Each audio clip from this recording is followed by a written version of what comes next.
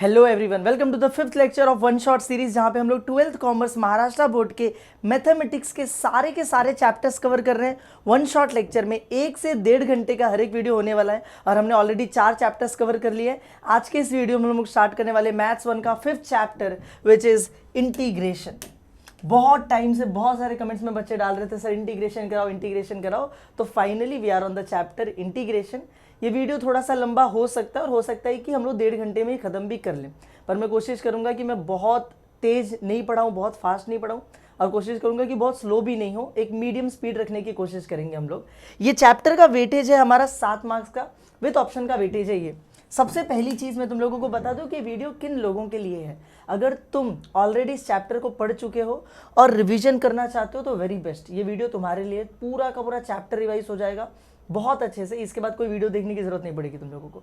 लेकिन अगर तुम लोग ये चैप्टर फर्स्ट टाइम पढ़ रहे हो तो भी तुम्हें ऑलमोस्ट जितने भी कॉन्सेप्ट्स मैं इसमें समझाऊंगा तुम्हें समझ में आएगा। और मैंने ऑलमोस्ट कोशिश की है कि सारे के सारे टॉपिक्स जो इस चैप्टर में पूछे जाते हैं और जितने भी चैप्टर में अवेलेबल है उन सबको कवर करने की कोशिश मैंने की है। तो तुम लोग ये वीडियो देख सकते हो, बट बेटर होगा कि अगर तुम लोग ऑलरेडी कोई नॉलेज रखते हो इंटीग्रेशन की पहले से, और लास्ट अगर तुम इंपॉर्टेंस पढ़ना चाहते हो, क्योंकि मैंने जितने भी क्वेश्चन इसमें उठाए हैं वो ऑलमोस्ट वैसे ही क्वेश्चन है जैसे एग्जाम में पूछे जाते हैं। ठीक है, तो बस हम लोग स्टार्ट करते हुए इसी के साथ हम लोग क्या क्या पढ़ेंगे यहाँ पे मैंने सब कुछ डाल दिया। हम सबसे पहले देखेंगे एंटी डेरिवेटिव, ये हमारे टॉपिक्स हैं। एंटी डेरिवेटिव, डरना मत, नाम से तुम्हें लग रहा होगा कि क्या दे दिया। एंटी डेरिवेटिव मतलब इंटीग्रेशन, डेरिवेटिव का उल्टा इज कॉल्ड इंटीग्रेशन, उसी को बोलते हैं एंटी डेरिवेटिव। फिर हम पढ़ेंगे सब्स्टिट्यूशन, हम पढ़ेंगे integral of a special type, जो एक स्पेशल टाइप होता है जिसमें EX का यूज होता है, जो मैं तुम लोगों को बताऊंगा पढ़ते time. Integral of a special type which is quadratic equation, 1 होता है अपॉन में क्वाड्रेटिक इक्वेशन दिया होता है, वो भी सॉल्व करेंगे। इंटीग्रेशन बाय पार्ट्स यानी कि U इंटू वी रूल भी हम पढ़ेंगे। और फाइनली हम पढ़ेंगे पार्शियल फ्रैक्शन। पूरे 6 एक्सरसाइज इस चैप्टर के अंदर और हमने 6 के 6 टॉपिक्स यहाँ पे लिख रखे हैं। ठीक है, स्टार्ट करते हैं। ये जो तुम्हें स्टार्स दिख रहे होंगे यहाँ पर, किसी पे 2 स्टार लगा, किसी पे 3 स्टार, ये उनकी इंपॉर्टेंस बताता है। U इंटू वी रूल और integral of a special type, quadratic equation वाले जो क्वेश्चंस होते हैं, ये दोनों बहुत ज़्यादा इंपॉर्टेंट टॉपिक्स हैं। और कभी कभी पार्शियल फ्रैक्शन भी पूछा जाता है एग्जाम के अंदर, मतलब बहुत बार पूछा जाता है, इसलिए मैंने इस पर 2 स्टार लगाया कि ये भी इंपॉर्टेंट है, पर ये दोनों ज़्यादा इंपॉर्टेंट है। इसका मतलब ये नहीं कि ऊपर वाले पढ़ने नहीं है, सब्स्टिट्यूशन ऑलमोस्ट हर जगह पे यूज होता है, तो हम लोगों को पढ़ना सब है। इंपॉर्टेंट कौन से ज़्यादा है, टाइम किसको ज़्यादा देना है, वो तुम लोग इसको देख के डिसाइड कर सकते हो। ठीक है, स्टार्ट करते हैं सबसे पहले टॉपिक के साथ विच इज़, अच्छा सबसे पहला टॉपिक पढ़ने से पहले फॉर्मूला तो देख ले हम लोग। तो हमारे पास बहुत सारे फॉर्मूले हैं, वो सारे मैंने यहाँ पर लिख दिए हैं, देखते जाओ एक एक करके। सबसे पहला xn का इंटीग्रेशन क्या होता है, x यहाँ पावर में n लिखा हुआ है, तो फॉर्मूला इज x के पावर में n+1, पावर में +1 कर दो और अपॉन में भी n+1 यानी पावर +1 कर दो और लास्ट में +c। ये तो तुम्हें पता ही, इंटीग्रेशन करने के बाद +c लिखना ही पड़ता है। फिर सेकेंड फॉर्मूला, अगर 1 का इंटीग्रेशन करने बोला तो क्या आ जाएगा, x और लास्ट में +c तो डालना ही पड़ता है। अगर हमें a to the power x का इंटीग्रेशन करने बोला तो a to the power x upon में log a और लास्ट में +c तो लिखना ही पड़ेगा। अगर ex का इंटीग्रेशन बोला तो ex ही आता है, लेकिन लास्ट में +c लिखना ही पड़ेगा। अगर 1 अपॉन x का इंटीग्रेशन बोला तो log x आता है और लास्ट में +c लिखना ही पड़ेगा। अगर 1 अपॉन √x का इंटीग्रेशन करने बोला है तो आता है 2√x और लास्ट में हमें +c लिखना पड़ेगा। ये सारे फॉर्मूले तुमने ऑलरेडी बहुत बार ये फॉर्मूलों को देखा होगा। अगर तुम्हें सारे फॉर्मूले याद है तो वेल एंड गुड, बहुत अच्छी बात है। नहीं याद है, स्क्रीनशॉट ले लो या फिर बुक में भी फॉर्मूले लिखे हुए हैं निकाल लो। बस अपने पास ना एक पेपर रख लो जिस पे तुम्हारे पास फॉर्मूले सारे लिखे हुए होंगे, क्योंकि अभी हम लोग जब क्वेश्चन सॉल्व करेंगे तो फॉर्मूले का यूज़ होगा और अगर तुम्हें याद नहीं होगा तो इशू होगा तुम लोगों को समझने के लिए। ठीक है, चलो अब चलते हैं हमारे फर्स्ट टॉपिक की तरफ, जिसको मैंने लिखा था एंटी डेरिवेटिव। एंटी डेरिवेटिव का मतलब ये होता है इंटीग्रेशन, तो हमें इंटीग्रेशन ही करना है। यहाँ पे कुछ क्वेश्चन दे रखे हैं, मैं समझाता हूँ कैसे क्वेश्चन है ये। सबसे पहला क्वेश्चन बोला गया है कि इफ़ f'(x) का मतलब समझते हो क्या होता है, एक फंक्शन है fx, इसका जब मैं डेरिवेटिव निकाल दूंगा तो जो मुझे मिलेगा वो क्या मिलेगा, f'(x), मतलब ये फंक्शन का डेरिवेटिव हो चुका है ऑलरेडी। और हमें दिया है कि इस फंक्शन का डेरिवेटिव होने के बाद क्या आ रहा है, x² + 5, ये इसकी वैल्यू हमें दे रखी है ऑलरेडी क्वेश्चन में। और हमें कुछ वैल्यूज और भी लिख कर दी, यहाँ पे बोला है f0 की वैल्यू -1 है और हमें बोलता है देन फाइंड द f(x), तो हमें क्या फाइंड करके निकालना है, f(x) मतलब ओरिजिनल फंक्शन हमें निकालना है। डेरिवेटिव वाला फंक्शन दिया है, हमें ओरिजिनल निकालना है, तो हमें डेरिवेटिव को हटा देना है। तो उसी को बोलते हैं एंटी डेरिवेटिव। डेरिवेटिव को हटा दो। अब वो कैसे करेंगे हम लोग, इंटीग्रेशन के थ्रू करेंगे। तो उस क्वेश्चन को हम लोग सॉल्व करते हैं, जो कौन सा क्वेश्चन नंबर 6 लिखा हुआ है वहाँ पे, ठीक है। हम लोग 6 वाला यहाँ पे सॉल्व कर रहे हैं। तो सबसे पहले गिवन लिख लो, क्या दे रखा है हम लोगों को, f dash x is equals to x square plus 5। तो डेरिवेटिव हटाना है ना, इंटीग्रेट करना पड़ेगा। तो हम लोग लिखेंगे integrating both sides, integrating both sides. थोड़ा मार्कर और ज़्यादा डेंस कर लेते हैं हम लोग।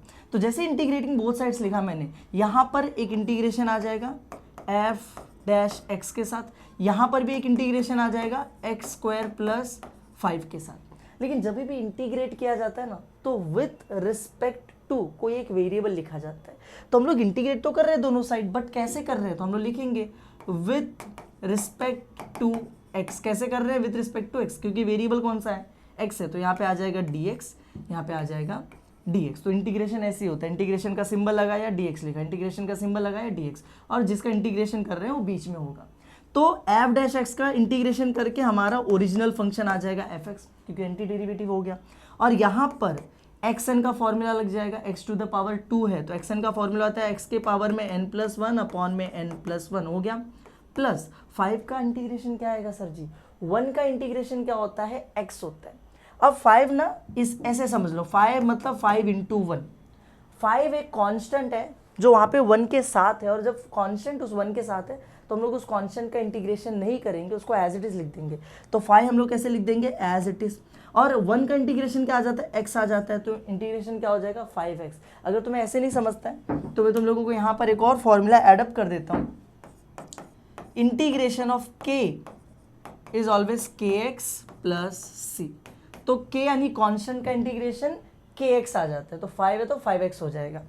तो हमने यहाँ पर 5 का इंटीग्रेशन लिख दिया 5x, और सब इंटीग्रेशन होने के बाद लास्ट में क्या लिखोगे, प्लस c। याद रखना, फॉर्मूला यहाँ पर भी लगाया, फॉर्मूला यहाँ पर भी लगाया, लेकिन प्लस c सिर्फ एक ही बार लिखा जाता है, एक पूरे एक्सप्रेशन में सिर्फ एक प्लस c आता है। अब इसको थोड़ा सा सॉल्व कर देते हो, तो f x is equals to x के पावर में 3 अपॉन में 2 + 1 3 प्लस 5x प्लस c। ये हो गया हमारा फंक्शन। लेकिन रुको, अभी एक गड़बड़ है। गड़बड़ क्या है मालूम है, ये c यहाँ पर क्या कर रहा है, फंक्शन के अंदर ये फंक्शन ऑफ x है तो सिर्फ x होना चाहिए, अंदर c के ये सारी चीज़ें नहीं होनी चाहिए। तो उसके लिए हमें एक और कंडीशन दी गई थी, f(0) की वैल्यू दी गई थी -1।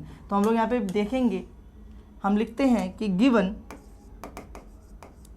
f(0) कितना दिया था, -1। तो देयरफॉर f(0) मतलब फंक्शन में x की जगह 0 पुट कर दो। तो ये रहा f(x), अब यहाँ पर x की जगह मैं 0 पुट कर देता हूँ, तो ये x का क्यूब अब क्या हो जाएगा, 0 का क्यूब अपॉन में 3 प्लस 5x, तो 5x की जगह 0 आ जाएगा, प्लस c आ जाएगा।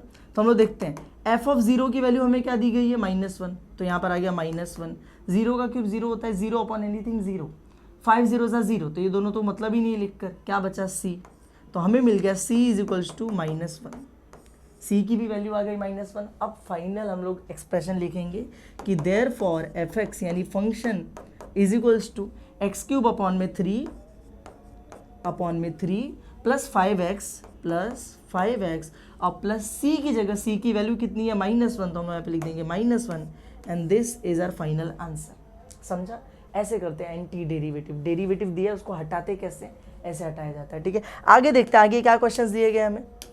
आगे एक और क्वेश्चन सेम इसी वे में क्वेश्चन दिया हुआ है, तुम लोग इसको खुद से भी चाहो तो सॉल्व करने की कोशिश कर सकते हो। बस फर्क कितना होगा मालूम है, यहाँ पर देखो ऑलरेडी एक्सप्रेशन में k दिया हुआ है और तुम लोगों को k की वैल्यू निकालनी पड़ेगी इस बार। लेकिन जब तुम लोग इंटीग्रेशन करोगे तो एक कांस्टेंट आ जाएगा c, तो c की भी वैल्यू निकालनी पड़ेगी, दोनों सॉल्व करना पड़ेगा। चलो ये वाला क्वेश्चन मैं करवा देता हूँ, थर्ड वाला तुम लोग खुद से कर लेना। तो वहाँ पर क्या गिवन है, given f(x) is equals to क्या लिखा हुआ है, 4x³ - 3x² plus 2x plus k। तो लिख देते हैं हम लोग 4x³ - 3x² plus 2x plus k। Let us check कि क्वेश्चन गलत नहीं है हमारा। तो 4x³ 3x² 2x k, perfect. अब एंटी डेरिवेटिव करना है, f(x) निकालना है, तो इसका इंटीग्रेशन कर देंगे। हम लिखेंगे integrating both sides with respect to x। तो यहाँ पर भी इंटीग्रेशन आ जाएगा एफ डैश एक्स के साथ और डी एक्स। यहाँ पर भी इंटीग्रेशन आ जाएगा पूरे के साथ 4x cube minus 3x square plus 2x plus k के साथ यहाँ पर dx। अब इसका इंटीग्रेशन क्या हो जाएगा fx, सिंपल है। यहाँ पर 4 कांस्टेंट है और x क्यूब के साथ है। जब भी कोई कांस्टेंट किसी x के वेरिएबल के साथ होता है तो उस कांस्टेंट का इंटीग्रेशन नहीं करते, याद रखना। डेरिवेटिव में भी सेम रूल फॉलो होता था। तो 4 को एज इट इज लिखेंगे, x क्यूब का इंटीग्रेशन कर देंगे तो xn का फॉर्मूला लग जाएगा x के पावर में n+1 अपॉन में भी n+1, काम खत्म हो गया हमारा। माइनस यहाँ पे इंटू 3 एज इट इज, यहाँ पे xn का फॉर्मूला तो x के पावर में n+1 अपॉन में भी n+1, काम खत्म हो गया हमारा। ये भी 2 x के साथ है तो 2 को एज इट इज लिखेंगे। यहाँ पे x मतलब x के पावर में कुछ नहीं यानी कि 1, तो xn का फॉर्मूला लगाएंगे। तो x के पावर में 1 है ऑलरेडी और n+1 किया तो 1+1 और नीचे भी 1+1 और लास्ट में k दिया तो k का इंटीग्रेशन अभी बताया था kx आता है, अभी पीछे देखा था हम लोगों ने। और क्योंकि सबका इंटीग्रेशन हो चुका है इसलिए लास्ट में क्या आ जाएगा प्लस c। तो अब हम इसको सॉल्व कर देते हैं फटाफट से। fx is equals to 4 as it is रहेगा, x के पावर में 4 आ गया अपॉन में 3+1 कितना हो जाता है 4, माइनस 3 को एज इट इज लिखेंगे, x के पावर में 3 आ गया अपॉन में 2+1 कितना हो जाएगा 3, प्लस 2 को एज इट इज लिखेंगे, x के पावर में कितना है 2 अपॉन में भी कितना आ गया 2 प्लस kx प्लस c। कुछ कैंसल आउट हो रहा है, देखो 4 4 कट गया, 3 3 कट गया, 2 2 कट गया और हमारे पास एक सिंपल सा इक्वेशन बच रहा है फाइनली कि fx is equals to x के पावर में 4 माइनस x के पावर में 3 प्लस x का square plus kx plus c। अब बेसिकली हम लोगों को fx तो मिल गया पर दिक्कत क्या है, x का फंक्शन है तो x होना चाहिए सब वेरिएबल में। यहाँ पे k कांस्टेंट, c कांस्टेंट क्या कर रहा है, नहीं चलेगा, k और c की वैल्यू निकाल कर डालनी पड़ेगी। तो उसके लिए हम क्वेश्चन में चलेंगे और देखेंगे कि क्या हमें कुछ ऐसा दिया है जिसका यूज़ करके k c निकल सकता है। देखो दिया हुआ है f(0) इज इक्वल्स टू 1, हमें लिख कर दे दिया है, यहाँ पर ये लिख कर दे दिया और साथ में यहाँ पर दिया f(1) इज इक्वल्स टू 4। तो हम लोग चलो इन दोनों का यूज़ करते हैं। हम लिखेंगे गिवन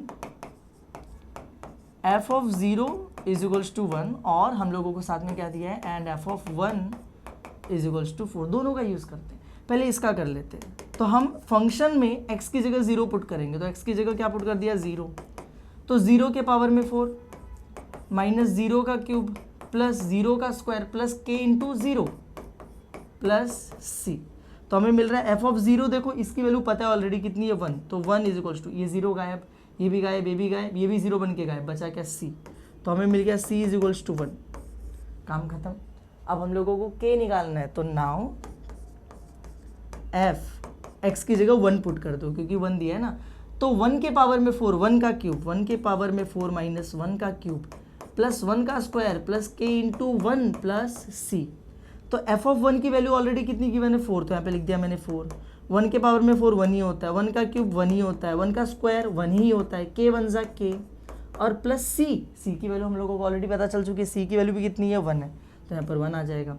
अब मुझे दिखाई दे रहा है कि 4 यहाँ पे एज इट इज रहेगा, 1 माइनस 1 कितना हो जाता है 0, तो ये दोनों हो जाएंगे कैंसिल, ये दोनों गायब हो जाएंगे। तो बचा वहाँ पे 1 + 1 2 और k, तो हमारे पास बच रहा है 2 + k की वैल्यू चाहिए, वो 2 को इधर लेकर आ जाओ।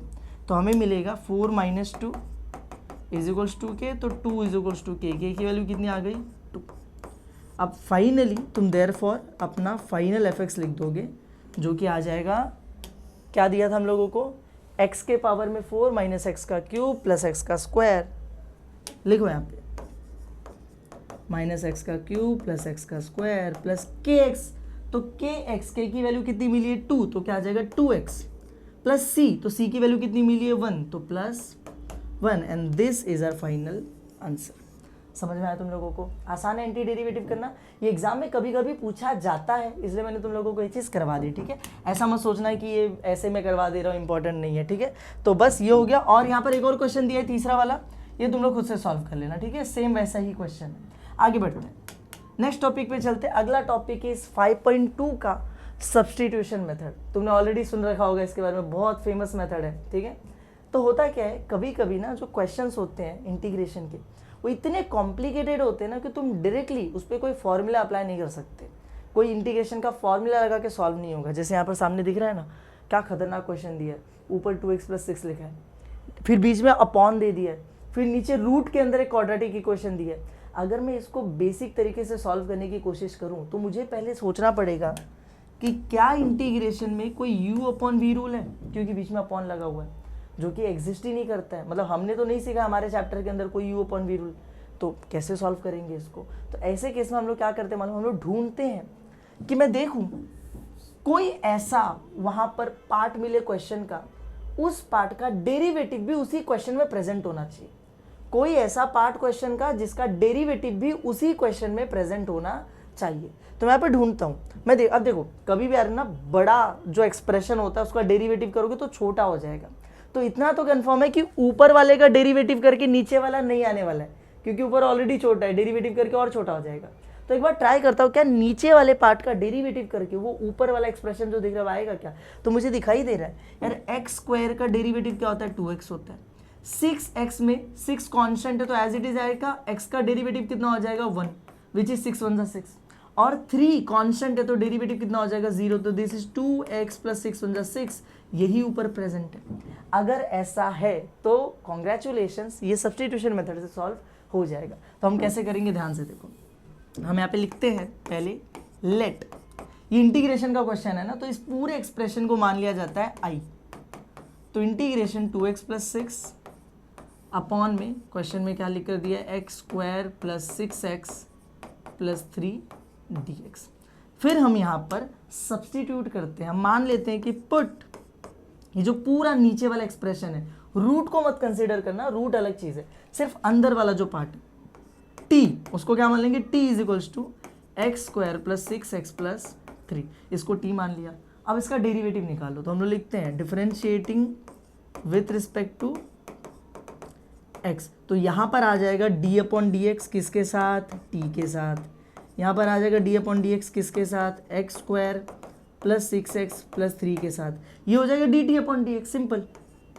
उस साइड में क्या होगा, x² का डेरिवेटिव 2x, 6x का भी देखे थे, 6 1 6 हो जाएगा, 3 कांस्टेंट है तो 0 आ जाएगा, हमें मिल गया, ये डेरिवेटिव आ गया।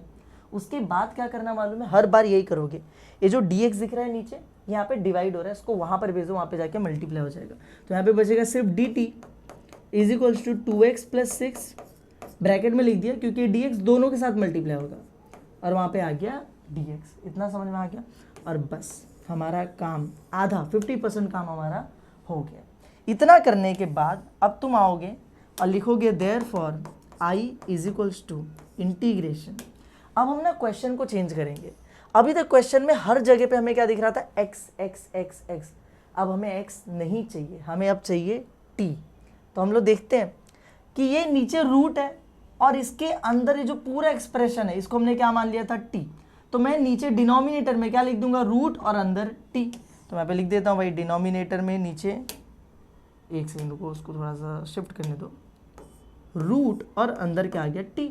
अच्छा, वो ऊपर वाला जो पार्ट है 2x + 6, ये हमने कहीं देखा हुआ है क्या, उसको भी t बनाना है, लेकिन हमने उसको तो t माना नहीं था, लेकिन इसको हमने अभी कहीं देखा था। कहाँ पे देखा था, देखो यहाँ पे देखा था, 2x + 6 डेरिवेटिव निकालने के बाद आया था। इसके साथ देखो dx भी है, 2x + 6 भी और dx भी है। तो ये पूरा जो पार्ट है, इतना पूरा, ये किसके बराबर है, ये पूरा किसके बराबर है, dt के बराबर है। तो मैं उस पूरी की जगह क्या लिख दूंगा, dt। तो यहाँ पर आ जाएगा अभी dt, सिंपल हो गया हमारा काम। और डायरेक्टली dt ना लिखकर तुम ऐसा करो, dt को बाजू में लिख दो, तो यहाँ पे लिखने के लिए कुछ बचा ही नहीं, तो क्या लिख दोगे 1। तो अब जरा ध्यान से देखो, तो i = 1/√t, 1/√x का इंटीग्रेशन 2√x होता है, तो 1/√t का क्या हो जाएगा, 2√t, और लास्ट में +c कांस्टेंट। इसका इंटीग्रेशन आता था, कर दिया हमने, +c लिख दिया। अब t की वैल्यू पुट कर दो, तो i = 2√t की वैल्यू x² + 6x + 3, और लास्ट में जो प्लस कांस्टेंट है c, ये लो, ये है हमारा फाइनल आंसर। आसान था, एक बार इस फॉर्मेट में आया फिर तो इंटीग्रेशन हमें आता ही है, कर दो और t की वैल्यू रखो, हमारा काम खत्म हो जाएगा। इतना ही था सब्स्टिट्यूशन। चलते अपने अगले क्वेश्चन की तरफ। अगेन सब्स्टिट्यूशन का क्वेश्चन है, बहुत कॉम्प्लिकेटेड दिख रहा है, लग रहा है u/v रूल लगाना पड़ेगा, और नीचे रूट भी दे रखा है। तो हम सोचेंगे कि क्या कोई ऐसा पार्ट है जिसका डेरिवेटिव वहीं पे प्रेजेंट हो। तो मैं देखता हूँ, नीचे दिया है 1 + x⁴, 1 का डेरिवेटिव 0, x के पावर में 4 का डेरिवेटिव आ जाएगा 4x क्यूब। तो अब मुझे दिख रहा है कि यार ऊपर 4 तो नहीं है, लेकिन ये x क्यूब ये ऊपर है, ऊपर x क्यूब लिखा है, वो मेरे पास आ रहा है। 4 एक कांस्टेंट नंबर है, उसके होने नहीं होने से फर्क नहीं पड़ता। मतलब मैं यहाँ पे सब्स्टिट्यूशन कर सकता हूँ। तो मैं यहाँ पे लिखता हूँ let i is equals to, ऊपर क्वेश्चन मान लेंगे हम लोग x क्यूब अपॉन में रूट में 1 प्लस एक्स के पावर में 4 dx। फिर हम लोग करेंगे put t is equals to, t किसको मानेंगे, नीचे रूट के अंदर जो पार्ट है 1 प्लस एक्स के पावर में 4। फिर इसको डिफरेंशिएट कर देते हैं विथ रिस्पेक्ट टू x। तो यहाँ पर हो जाएगा d अपॉन डी एक्स किसके साथ, t के साथ। यहाँ पर हो जाएगा d अपॉन डी एक्स किसके साथ, 1 प्लस एक्स के पावर में 4 के साथ। ये हो जाएगा dt अपॉन डी एक्स। और इस साइड क्या हो जाएगा, 1 कांस्टेंट है 0, इसका 4x क्यूब जो हमने वहाँ पे निकाल लिया था ऑलरेडी। फाइनली dx यहाँ पे डिवाइड में, इसको वहाँ पे भेजो मल्टीप्लाई हो जाएगा। तो dt is equals to 4x cube और उसके साथ dx। यहाँ पे हमारा काम सब्स्टिट्यूशन वाला खत्म होता है। अब हम वापस से क्वेश्चन को वापस से लिखेंगे मॉडिफाई करके, इस बार t के साथ लिखेंगे। तो therefore i is equals to integration. अब मुझे दिख रहा है नीचे रूट है, रूट के अंदर ये जो पार्ट है इसको मैंने t मान लिया, तो नीचे आ जाएगा रूट t। तो नीचे लिख दूंगा मैं रूट t, ऊपर एक्स क्यूब और dx। ये कहीं पे दिखाई दे रहेगा हम लोगों को, हाँ यहाँ पे दिख रहा है ना एक्स क्यूब और dx, लेकिन यहाँ पे तो 4 भी है, 4 का क्या करूँ मैं। तो ऐसे केस में सिर्फ इतना पार्ट ऊपर से मैच हो रहा है ना, तो यहाँ पे सिर्फ इतना ही रखो, जो 4 है ना इसको उस साइड भेज दो। तो ये ऐसे बन जाएगा dt, ये 4 वहाँ पे जाके किधर आ जाएगा, डिवाइड में आ जाएगा, is equals to x cube dx। ऐसे बना दो इसको, ठीक है। तो अब मुझे दिख रहा है कि x क्यूब और dx मिलके किसके बराबर हो जाएंगे, dt अपॉन 4 के। तो मैं यहाँ पे लिख दूंगा dt अपॉन में 4। तो ये पूरा मिलके dt अपॉन 4 बन गया। अब यहाँ पे कुछ नहीं बचा ना ऊपर, तो हम यहाँ पे क्या लिख देंगे 1। अब यहाँ पर आ जाओ, ये जो dt के अपॉन का 4 है एक कांस्टेंट नंबर है जिसका हमारे इंटीग्रेशन से कोई लेना देना नहीं है। तो हम लोग जनरली उस 4 को बाहर लिख देते हैं। तो अपॉन 4 बाहर, ऊपर कुछ नहीं यानी कि 1। अंदर क्या बच गया, 1 अपॉन रूट टी और यहाँ पे dt। इस स्टेप को अच्छे से समझना। हमने इसको सॉल्व किया, 4 को इधर भेजा, dt अपॉन 4 मिला, वो लिख दिया यहाँ पर। फिर हमने देखा इस 4 का यहाँ पे काम नहीं है, तो हमने इस 4 को बाहर निकाला। तो बाहर अपॉन में आएगा ना 4, और ऊपर कुछ नहीं है, तो ऊपर 1 लिख दिया हमने। अंदर बचा 1 अपॉन रूट टी और dt तो बच गया ना अभी भी अंदर। तो अब मुझे पता चल रहा है कि ये 1 अपॉन 4 इंटीग्रेशन के बारे में इसका कुछ नहीं करना है। 1 अपॉन रूट टी का इंटीग्रेशन 2 रूट टी, तो इसका इंटीग्रेशन 2 रूट टी और लास्ट में प्लस c। मुझे यहाँ पे कुछ दिखाई दे रहा है, ये दोनों कैंसिल आउट हो जाएंगे, 1 ज़ा 2 ज़ा। तो हमारे पास बचेगा ऊपर रूट टी अपॉन में 2 प्लस सी। टी की वैल्यू पुट कर दो, तो रूट में 1 प्लस एक्स के पावर में कितना था, 4 अपॉन में 2 प्लस सी। ये हमारी टी की वैल्यू है। एक बार चेक कर लेते हैं, 1 प्लस एक्स के पावर में 4 यही था ना, हाँ यही था, ठीक है, simple. This is our final answer. समझा तुम लोगों को। यहाँ पे मैं लिख देता हूँ ये हमारा आई है और ये हमारा फाइनल आंसर है। वेल एंड गुड, ठीक है। अगले टॉपिक पर चलते हैं। सब्स्टिट्यूशन इतना कर लिया बहुत है यार, तुम्हें समझ में आ गया क्या होता है सब्स्टिट्यूशन। अब अगले टॉपिक पे आते हैं, integral of a special type. क्या स्पेशल टाइप है तुम लोगों को मैंने यहाँ पर लिख के दे दिया। कभी भी क्वेश्चन जब ऐसा दिखाई दे कि ऊपर तुम्हें एक नंबर दिख रहा है, एक कांस्टेंट नंबर, ये बी ये क्या है, कांस्टेंट नंबर है, और साथ में एक एक्स वाला टर्म है, और नीचे भी सेम ऐसा एक कांस्टेंट नंबर है और साथ में एक एक्स वाला टर्म है। कभी भी अगर ऐसा क्वेश्चन दिखाई दे तो हम लोग उसको इस तरीके से सॉल्व करते हैं। इसको सॉल्व करने का एक प्रॉपर फॉर्मेट है, सेम ऐसे ही सॉल्व करना है। तो हम सबसे पहले क्या करते हैं, हम लिख देते हैं numerator is equals to a into denominator plus b into derivative of denominator, है ना। ये एनआर नर्स नहीं लिखा है, ये डियर डॉक्टर नहीं लिखा हुआ है। This is numerator, this is denominator. तो हम लोग एक ऐसा सब्स्टिट्यूशन करते हैं, फॉर्मूला लगाते हैं, और इसको सॉल्व करके हम लोग उसमें से a और b की वैल्यू फाइंड आउट करते हैं। We obtain the values of a and b। और वो करने के बाद एक कुछ नीचे तरीका दिया, सेम ऐसे हम लोग क्या कर देते हैं, सॉल्व कर देते हैं। अब ये समझा के मतलब नहीं तो मैं समझ में नहीं आएगा, क्वेश्चन सॉल्व करके दिखाऊंगा, पूरा क्लियर हो जाएगा, ठीक है। चलो एक क्वेश्चन सॉल्व करते हैं, और एक ही करेंगे क्योंकि बुक में भी इसके 4 ही क्वेश्चन दिए गए और चारों एक ही तरीके से सॉल्व होते हैं। तो 4 करके क्या मतलब है, देखो सबसे पहले गिवन लिख दो भाई। गिवन नहीं, उसको आई मान लो, तो लिखो let I is equals to integration 20 minus 12ex upon में 3ex माइनस 4। सबसे पहली चीज आइडेंटिफिकेशन। मुझे कैसे पता चलेगा कि ये वही वाला क्वेश्चन है, इसको वैसे ही सॉल्व करना है। एग्जाम में एक्सरसाइज लिख के थोड़ी आता है। तो हम लोग क्या करेंगे, हम लोग देखेंगे एक EX वाला टर्म, एक कांस्टेंट टर्म, नीचे भी एक EX वाला टर्म, एक कांस्टेंट टर्म, मतलब ये उसी तरीके से सॉल्व होगा। तो चलो सॉल्व करते हैं। हम लोग लिखेंगे numerator, put numerator is equals to a into denominator plus b into derivative of denominator. ये तुम्हें याद हो जाएगा, इतना बड़ा कुछ नहीं जितना देख के लग रहा है। न्यूमरेटर मतलब ये पूरा ऊपर वाला पार्ट, तो लिख दो 20 माइनस 12 e के पावर में x। a यानी कांस्टेंट है तो उसको एज इट इज लिखोगे। डिनोमिनेटर मतलब ये पूरा पार्ट, तो 3ex माइनस 4 प्लस b, तो b डेरिवेटिव ऑफ डिनोमिनेटर, तो लिख देते हैं डेरिवेटिव और डिनोमिनेटर मतलब यही 3x माइनस 4। सिंपल, इसको थोड़ा सॉल्व करते हैं। तो इसमें तो कुछ चेंज नहीं होने वाला, ये तो एज इट इज रहेगा। यहाँ पर भी कोई चेंज नहीं होने वाला, ये भी एज इट इज ही रहेगा। यहाँ पे मुझे दिख रहा है डेरिवेटिव करना है तो कर देते हैं। तो 3 कांस्टेंट है, x के साथ है तो 3 को एज इट इज लिखा जाएगा। कांस्टेंट जब किसी x के वेरिएबल के साथ होता है तो उसको एज इट इज लिखा जाता है। ex का डेरिवेटिव ex ही होता है।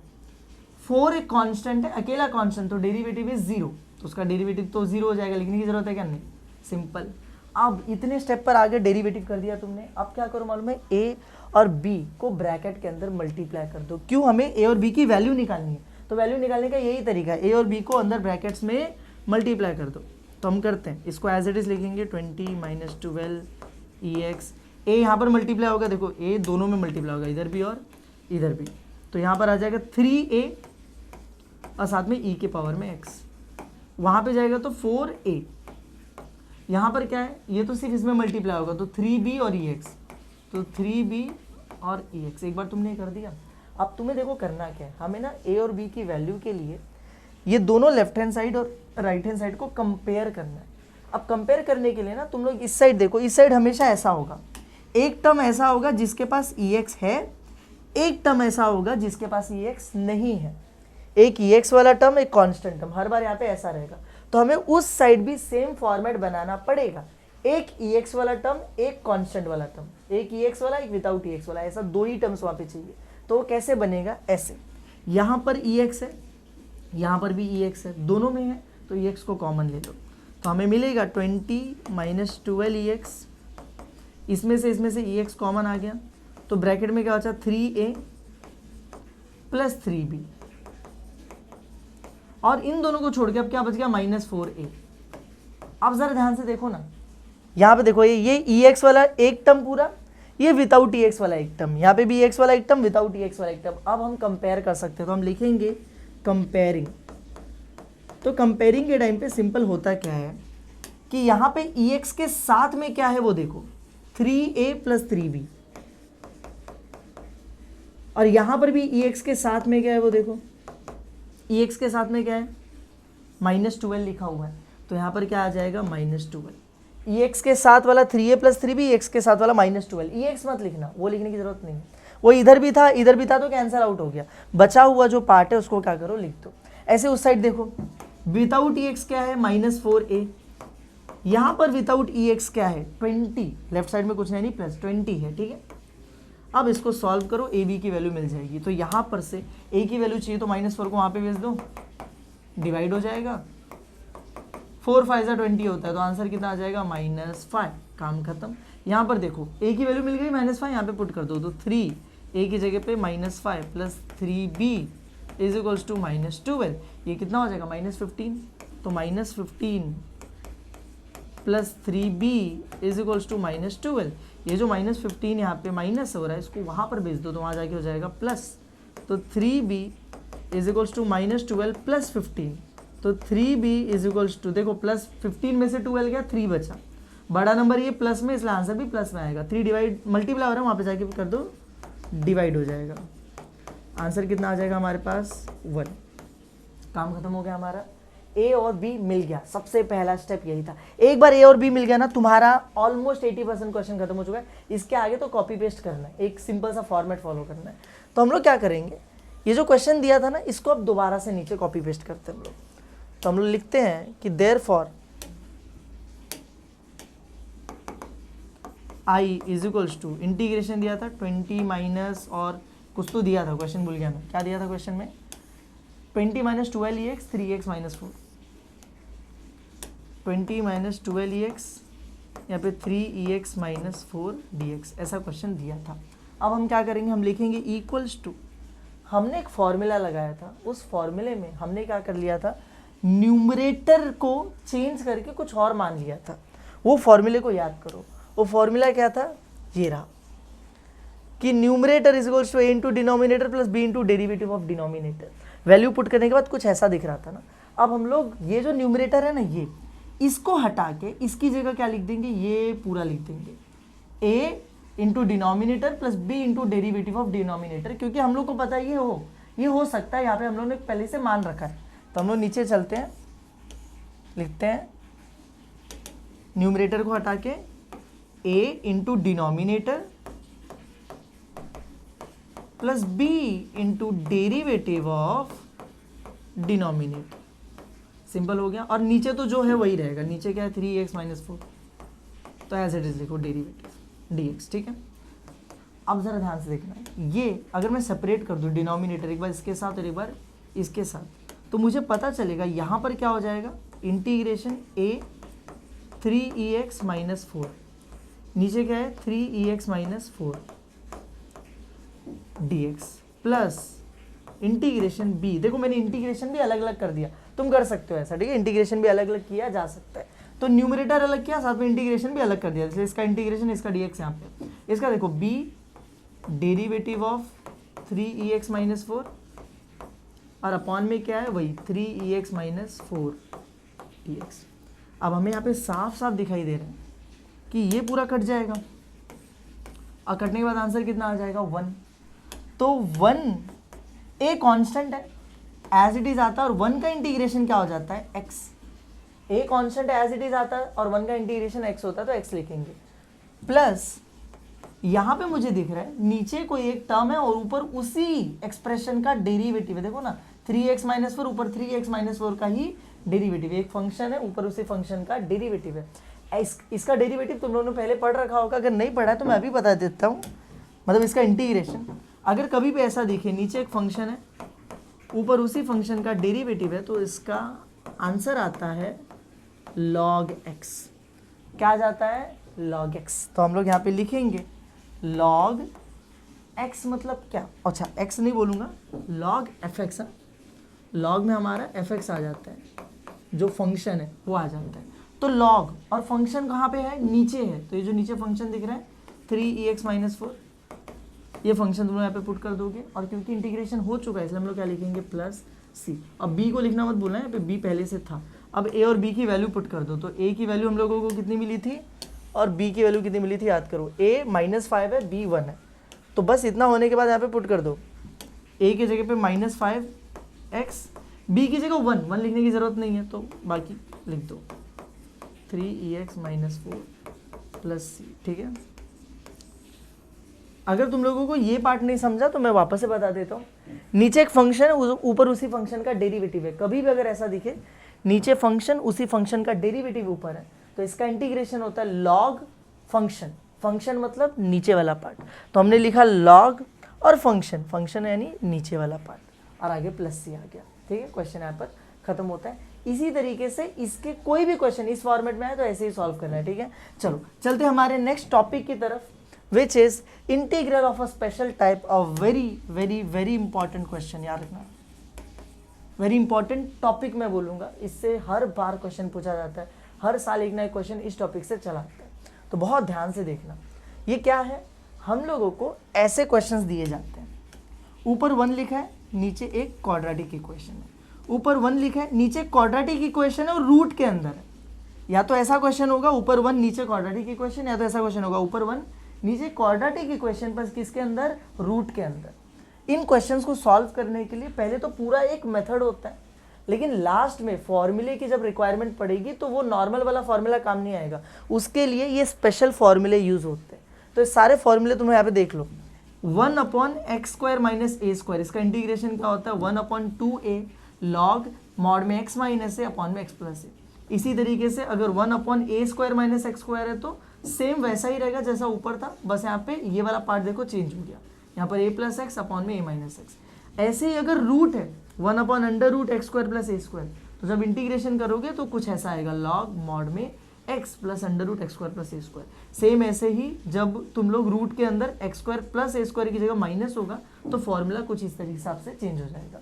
अब इस फॉर्मूले का स्क्रीनशॉट ले लो, ये क्वेश्चन के टाइप का स्क्रीनशॉट ले लो, याद रखना बहुत इंपॉर्टेंट क्वेश्चन है और हम लोग सॉल्व करेंगे, सॉल्व करके समझ जाएगा फॉर्मूला कैसे अप्लाई होता है, क्या मेथड यूज होता है। तो सबसे पहला क्वेश्चन हम लोगों को दे रखा है यहाँ पर,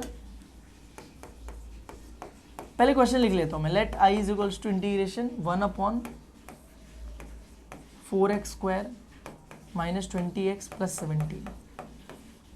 बहुत स्ट्रेट फॉरवर्ड क्वेश्चन है, मैंने बोला था ऊपर 1 रहेगा नीचे क्वाड्रेटिक इक्वेशन होगा, तो वही दिख रहा है, ऊपर 1 है नीचे क्वाड्रेटिक इक्वेशन है। तो उसी तरीके से हम लोग सॉल्व करेंगे। क्या करना होता है इसमें, सबसे पहला मेक श्योर कि एक्स स्क्वायर का जो टर्म है इसके साथ कोई एक्स्ट्रा नंबर, कोई कांस्टेंट नंबर नहीं होना चाहिए। तो यहाँ पर दिख रहा है एक्स स्क्वायर के साथ क्या लगा हुआ है 4, ये 4 वहाँ पे नहीं होना चाहिए, तो इसको बाहर निकालेंगे। अब कैसे बाहर निकालते हैं उसका तरीका देखना ध्यान से।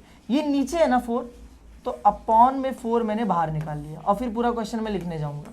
तो 1 अपॉन एक्स स्क्वायर, क्यों, क्योंकि ये 4x स्क्वायर था और मैंने 4 तो बाहर निकाल दिया, तो यहाँ पे सिर्फ एक्स स्क्वायर बचा, माइनस 20x, यहाँ पे तो 4 है ही नहीं ना, तो इसके अपॉन में 4 आ जाएगा, 20x के अपॉन में 4 आ जाएगा। 17, इसके भी तो, इसमें भी तो 4 नहीं था ना, तो इसके अपॉन में 4 आ जाएगा dx।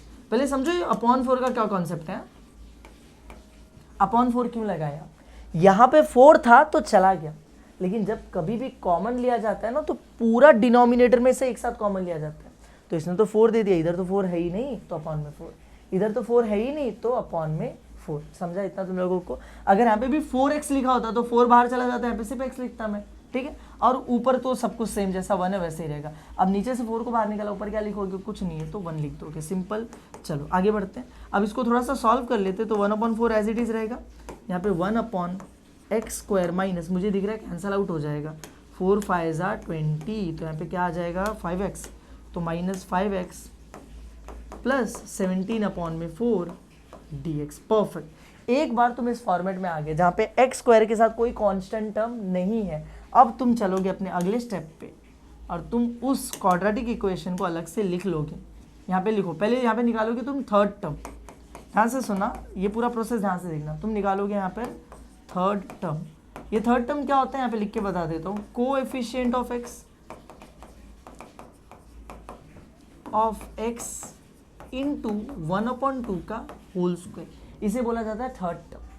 कोएफिशिएंट ऑफ एक्स मतलब एक्स जो टर्म है उसके बाजू वाला नंबर, इंटू करते 1/2 से उसका स्क्वायर कर दिया जाता है। तो देखते हैं इसको कैसे सॉल्व करेंगे। एक्स का कोएफिशिएंट किधर है, देखो यहाँ पे ये तो एक्स स्क्वायर है, यहाँ पे तो एक्स है ही नहीं, एक्स ये रहा, और एक्स के साथ में नंबर क्या लिखा हुआ है -5, तो हम यहाँ पे लिखेंगे -5 इंटू 1/2 का होल स्क्वायर। अब मैं जब मल्टीप्लाई करूंगा तो 5 1 5, माइनस तो एज इट इज रहेगा, तो -5 अपॉन में 2 का होल स्क्वायर, स्क्वायर करने के बाद माइनस तो हट जाता है, तो 5 का स्क्वायर 25 अपॉन में 2 का स्क्वायर 4, ये आ गया हमारा थर्ड टर्म 25 अपॉन में 4। अब एक बार थर्ड टर्म मिल जाए ना तो जो क्वाड्रेटिक इक्वेशन है ना उसको लिखो जरा। तो मैं लिखता हूँ यहाँ पे therefore x square minus 5x plus 17/4, इसको लिखो। और इसमें थोड़े से चेंजेस करेंगे। क्या चेंजेस करेंगे, ये पहले दो टर्म्स पहले लिख लो यहाँ पर, एक्स स्क्वायर माइनस 5x, और ये जो आखिरी टर्म है प्लस 17/4, इसको थोड़ा साइड में लिखना, इसको लिखना थोड़ा साइड में, ठीक है। ये वही 3 टर्म्स लिखे हैं, सेपरेट कर दिया, पहले 2 को अलग, लास्ट वाले थर्ड को अलग कर दिया। ये जो थर्ड टर्म दिख रहा है ना हम लोगों को, अब हम लोग क्या करेंगे, इसको ये जो पहला वाला पार्ट है इसमें ऐड करेंगे, सेकेंड वाले पार्ट से सब्ट्रैक्ट करेंगे। यहाँ पर ऐड करेंगे, पहले वाले पार्ट में ऐड, क्या लिख रहा हूँ मैं, ऐड कर देंगे, सेकेंड वाले पार्ट में हम लोग सब्ट्रैक्ट कर देंगे, ठीक है। तो हम यहाँ पे देखते हैं, मैं यहाँ पे लिख देता हूँ प्लस 25/4, यहाँ पर क्या आ जाएगा -25/4, और बस इसको अब हम लोग सॉल्व करेंगे। इसको चाहिए तो ब्रैकेट्स में ले लो, ये एक ब्रैकेट में आ गया, उसको ब्रैकेट में लिखने की जरूरत नहीं है, एक ये सिर्फ इतना वाला पार्ट ब्रैकेट में लिख दिया, काम हो गया। तो हम लोग चलते हैं इसको सॉल्व करते हैं। ये हो जाएगा एक्स स्क्वायर, अब इसको बहुत ध्यान से देखना, यहाँ पे भी दिमाग लगेगा। ये जो पूरा दिख रहा है ना तुम लोगों को expression x square minus 5x plus 25/4, इसको हम लोग a plus b whole square या फिर a minus b whole square के फॉर्म में लिख सकते हैं। कैसे लिख सकते हैं? देखो a plus b whole square का फॉर्मूला क्या होता है? a square plus 2ab plus b square. ऐसे a minus b whole square का फॉर्मूला क्या होता है? a square minus 2ab plus b square. और अभी ये जो फॉर्मेट बन चुका है ना, ये वही वाला फॉर्मेट है, a square minus 2ab plus b square. देखो ना, a square minus 2ab plus b square हम लोग को दिखाई दे रहा है। तो क्योंकि ये इस फॉर्मेट से मैच हो रहा है तो मैं इसको इस फॉर्म में लिख सकता हूँ ना। तो कैसे लिखेंगे ज़रा ध्यान से देखना। हम लोग क्या करेंगे, a का स्क्वायर नहीं लिखना है, सिर्फ अंदर क्या लिखना है? a। तो हम लोग x का स्क्वायर नहीं लिखेंगे, अंदर सिर्फ क्या लिखेंगे? x। फिर बीच में माइनस आता है तो हम लोग बीच में क्या लिख देंगे? माइनस। फिर b का स्क्वायर नहीं, देखो लास्ट में b का स्क्वायर है, पर b का स्क्वायर नहीं लिखना है, सिर्फ किसको लिखना है? b को। तो लास्ट में मुझे दिख रहा है 25/4, पर वो तो b स्क्वायर है ना, मुझे सिर्फ b लिखना है, मतलब स्क्वायर रूट करके लिखो। तो 25 की जगह मैं क्या लिखूंगा? 5। 4 की जगह मैं क्या लिखूंगा? 2 का होल स्क्वायर। ये हो गया a माइनस बी का होल स्क्वायर। तो हर बार याद रखना, इस पर ध्यान मत दो, यहाँ पर जब भी आओगे तो क्या करना, एक्स स्क्वायर की जगह एक्स आ जाएगा, हर बार यहाँ पे एक्स स्क्वायर होगा एक्स आ जाएगा, और यहाँ पर जो भी पार्ट होगा उसका स्क्वायर रूट करके लिख दो। तो 25 का 5, 4 का 2 और यहाँ पर होल स्क्वायर। बीच में माइनस लगाना है फिर प्लस लगाना है, डिपेंड करेगा यहाँ पर, इधर माइनस है तो माइनस, इधर पे प्लस है तो प्लस, क्योंकि माइनस 2ab प्लस 2ab यही फर्क होता है a plus b whole square में और a minus b whole square में। ठीक है, और आगे वाला पार्ट तो नॉर्मली सॉल्व कर दो। तो ये दोनों के अपॉन में 4 है, तो दोनों के अपॉन में 4 ऐसे आ जाएगा और 17 माइनस 25 हो जाएगा। अब कुछ सोचो, 25 में से 17 निकाला, कितना बचा? 5, 3, 8 बचा, तो ये आ जाएगा -8/4, कैंसल आउट करके कितना आ जाएगा बताओ जरा? 2 आ जाएगा। तो पूरा सॉल्व करके हमें पता है यहाँ पे कितना आ जाने वाला है? -2। माइनस है तो -2, तो यहाँ पर आ जाएगा -2। सिंपल है, आसान है। अब हम लोग आगे बढ़ते हैं, अब इसको हटा दो, अब हम लोग आगे बढ़ते हैं। तो हम वापस से क्वेश्चन लिखेंगे, therefore i is equals to integration, ऊपर 1 था तो 1, यहाँ पे देखो ऊपर बाहर 1/4 भी था, वो भी याद रखना, अपॉन में रूट नहीं था, नॉर्मली क्वाड्रेटिक इक्वेशन लिखा था, तो ये लिखा हुआ था ना ये पूरा। अब हम लोग इसको हटा देंगे, इसकी जगह क्या लेकर आ जाएंगे? ये, क्योंकि ये दोनों बराबर ही हैं, तो ये लिखा या ये लिखा कोई फर्क नहीं पड़ता है, ये वाला लिखेंगे, x -5/2 का होल स्क्वायर -2 dx। परफेक्ट, हमारा काम हो गया। अब पता है ये ना इंटीग्रेशन लेने लायक बन चुका है। हम लोगों ने देखो फॉर्मूले पढ़े थे, अब उन फॉर्मूले को देखते हैं। तो फॉर्मूले में मुझे दिख रहा है हर जगह पे x square a square, a square x square, x square a square, x square a square, दोनों टर्म्स, दो टर्म्स है और दोनों पे स्क्वायर है। लेकिन अगर मैं यहाँ पर देखूँ तो अरे इस पे स्क्वायर है, पर यहाँ पे कोई स्क्वायर नहीं है 2 के ऊपर, तो उसको भी स्क्वायर बनाना पड़ेगा। तो यार 2 किसी का स्क्वायर नहीं होता है। 4 लिखा होता मैं लिख देता 2 का स्क्वायर, 9 लिखा होता मैं लिख देता 3 का स्क्वायर, पर वहाँ पे ऑलरेडी 2 लिखा है और 2 तो किसी चीज़ का स्क्वायर नहीं है, तो 2 को लिख सकते हैं हम लोग √2 का स्क्वायर, क्योंकि रूट का स्क्वायर करेंगे तो स्क्वायर और रूट हटके 2 बन जाता है, तो 2 को क्या लिखा जा सकता है? √2 का स्क्वायर। तो हम लोग नेक्स्ट स्टेप में यहाँ पे लिख देंगे i is equals to 1/4 x -5/2 का होल स्क्वायर -√2 का स्क्वायर। हमारा काम हो गया। अब ये एक फॉर्मूले से मैच हो रहा है, कौन सा formula? 1/x square minus a square. तो अब हम लोग देखते हैं किधर है फॉर्मूला, ये रहा 1/x square minus a square. तो हम लोग ये पूरा फॉर्मूला वहाँ पे अप्लाई कर देंगे, ठीक है। तो अब यहाँ पर आ जाओ और हम लोग लिखते बाय फॉर्मूला, वो पूरा फॉर्मूला मैं यहाँ पे लिख रहा हूँ। तुम्हें एग्जाम में ऐसा लिखने की ज़रूरत नहीं है, तुम चाहो तो लिख भी सकते हो, चाहो तो मत लिखो। मैं इसलिए लिख रहा हूँ ताकि हम लोग कोई गलती नहीं करते हैं, ठीक है। तो फॉर्मूला क्या है कि इंटीग्रेशन में कभी भी 1/x square minus a square दिखेगा तो हम लिखते हैं 1/2a लॉग मॉड में x माइनस a अपॉन में x plus a plus c, ठीक है। अब हम लोग इसी को अप्लाई करते हैं। तो therefore i is equals to, ये 1/4 तो बाहर है, इसको तो एज इट इज लिखा जाएगा, यहाँ पे फॉर्मूला लगेगा। तो फॉर्मूला इज 1/2a लगाते हैं, 1/2a, a मतलब किधर है भाई? ये रहा a का स्क्वायर, देखो ना x square minus a square, तो ये रहा a का स्क्वायर, a मतलब जो अंदर वाला नंबर है, तो √2, 1/2 और a की जगह √2, फिर लॉग मॉड में x माइनस a, x मतलब किधर यार? यहाँ पे जो स्क्वायर हो रहा था वो x था, यहाँ पे तो इस पूरे का स्क्वायर हो रहा है, तो पूरा हमारे लिए x है, तो ये है हमारा x, यहाँ पे से क्या करना है माइनस ए यानी √2 और नीचे x यानी पूरा ये 5/2 के साथ प्लस a तो प्लस √2, ये हो गया हमारा काम। और इतना लिखने के बाद लास्ट में क्या आ जाएगा प्लस c। सिंपल है। अब बस इसी को सॉल्व कर दो तो हमें दिखाई दे रहा है ये 1/4 है। देखो 1/4 और ये दोनों के बीच में कोई सिंबल नहीं, मतलब मल्टीप्लाई होने वाले, तो कैंसलेशन हम लोग कर सकते हैं या फिर मल्टीप्लीकेशन कर सकते हैं। कैंसल होने लायक कुछ दिख नहीं रहा है तो 1 1 1, 4 2 8 और √2, तो यहाँ पर आ जाएगा 8√2 लॉग। यहाँ पर क्या हो जाएगा, देखो इसमें ना /2 है, इसमें भी /2 है और हमें अच्छा नहीं लगता है कि उसमें /2 दिखे, तो हम लोग पता है क्या करते हैं, ऊपर सारे टर्म्स को 2 से मल्टीप्लाई कर देते हैं और नीचे भी सारे टर्म्स को 2 से मल्टीप्लाई कर देते हैं। ऐसा हम लोग कर सकते हैं, एक ही नंबर लेके पूरा ऊपर भी मल्टीप्लाई कर दिया, पूरा नीचे भी। इसका फायदा क्या होगा, वो अपॉन का 2 हट जाएगा। जब ऊपर सबको 2 से मल्टीप्लाई करोगे तो ये x क्या हो जाएगा 2x, इसको जब 2 से मल्टीप्लाई करोगे तो 2 और 2 कैंसिल होगी, सिर्फ क्या बच जाएगा 5। इसको जब 2 से मल्टीप्लाई करोगे तो ये हो जाएगा 2√2। ऐसे नीचे भी करना पड़ेगा तो ये हो जाएगा x की जगह पे 2x, यहाँ पे 2 कट के बचेगा -5 और यहाँ पे हो जाएगा 2√2 और plus c। This is our final answer. I hope तुम लोगों को समझ में आया होगा जो भी मैं समझा रहा हूँ, जो भी मैं सिखा रहा हूँ, ठीक है। अब बस ये थोड़ा सा लेंदी चला गया था पर आसान होता है, एक पर्टिकुलर फॉर्मेट बस फॉलो करना होता है, ठीक है। और कुछ क्वेश्चंस हैं इसी टॉपिक से जो मैंने लिए उनको सॉल्व करते हैं। इस क्वेश्चन को ज़रा ध्यान से देखना, वो बहुत स्ट्रेट फॉरवर्ड क्वेश्चन था। इसमें देखो क्या है, let i = integration x upon में 4x के पावर में 4 -20x² -3dx। मैंने बोला था क्वेश्चन फॉर्मेट में आएगा ऊपर 1 नीचे क्वाड्रेटिक इक्वेशन, ना तो ऊपर 1 है ना नीचे क्वाड्रेटिक इक्वेशन है, तो कैसे समझ में आएगा सर जी कि ये उसी टॉपिक का क्वेश्चन पूछा गया है। तो देखो वेरी वेरी सिंपल, यहाँ पर मुझे दिख रहा है x के पावर में 4 है, क्या दिख रहा है x के पावर में 4 है, यहाँ पर दिख रहा है x का स्क्वायर है और यहाँ पर x है ही नहीं। अगर नॉर्मल क्वाड्रेटिक इक्वेशन देखें तो यहाँ पर 2 होता है, यहाँ पे x होता है और यहाँ पे x होता ही नहीं। अगर तुम इसको मैच करने की कोशिश करो तो बस हो क्या रहा है, हर चीज़ डबल हो गई है। x² का डबल करके x के बारे में 4 कर दिया, x का डबल करके x का स्क्वायर कर दिया और यहाँ पे तो कुछ था ही नहीं, तो यहाँ पे बचा कुछ, डबल करने के बाद भी कुछ नहीं बचा, ठीक है। अगर नॉर्मल क्वेश्चन होता ना तो यहाँ ऐसे नहीं लिखा होता है, ऐसे लिखा होता 4x का 4 -20x का क्यूब प्लस 2x² -3, ऐसे लिख कर देता। वहाँ पे 4 वाला टर्म होता, पावर 3 वाला टर्म होता, पावर 2 वाला टर्म होता, फिर बिना x के टर्म वाला यानी कांस्टेंट टर्म होता है, ऐसे दिखाई देता।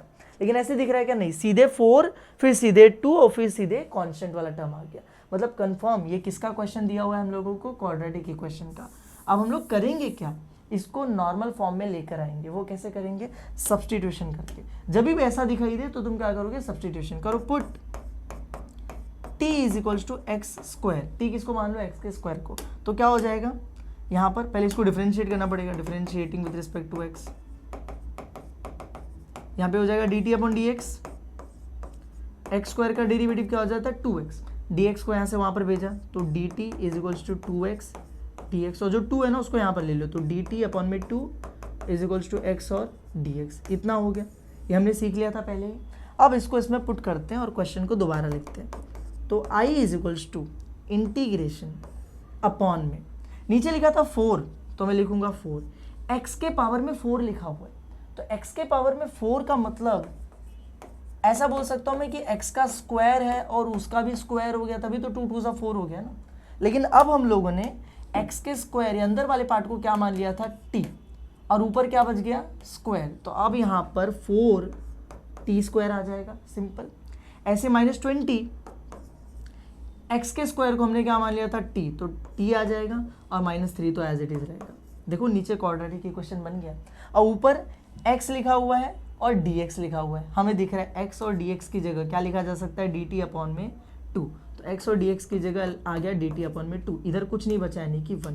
अब अगर तुम क्वेश्चन को ध्यान से देखो तो तुम्हें दिख रहा होगा ऊपर 1 नीचे क्वाड्रेटिक इक्वेशन, सेम वो फॉर्मेट जो हमें चाहिए होता है।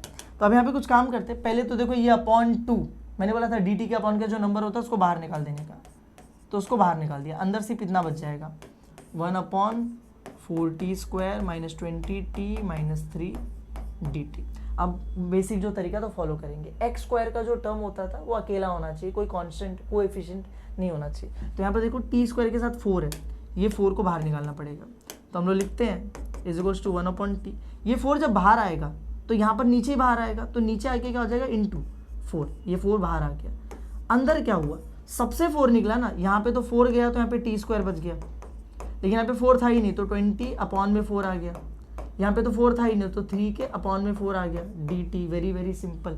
फिर 1/8 हो गया, ये इंटीग्रेशन 1/t², 20/4 कितना होता है 5t माइनस 3/4 dt।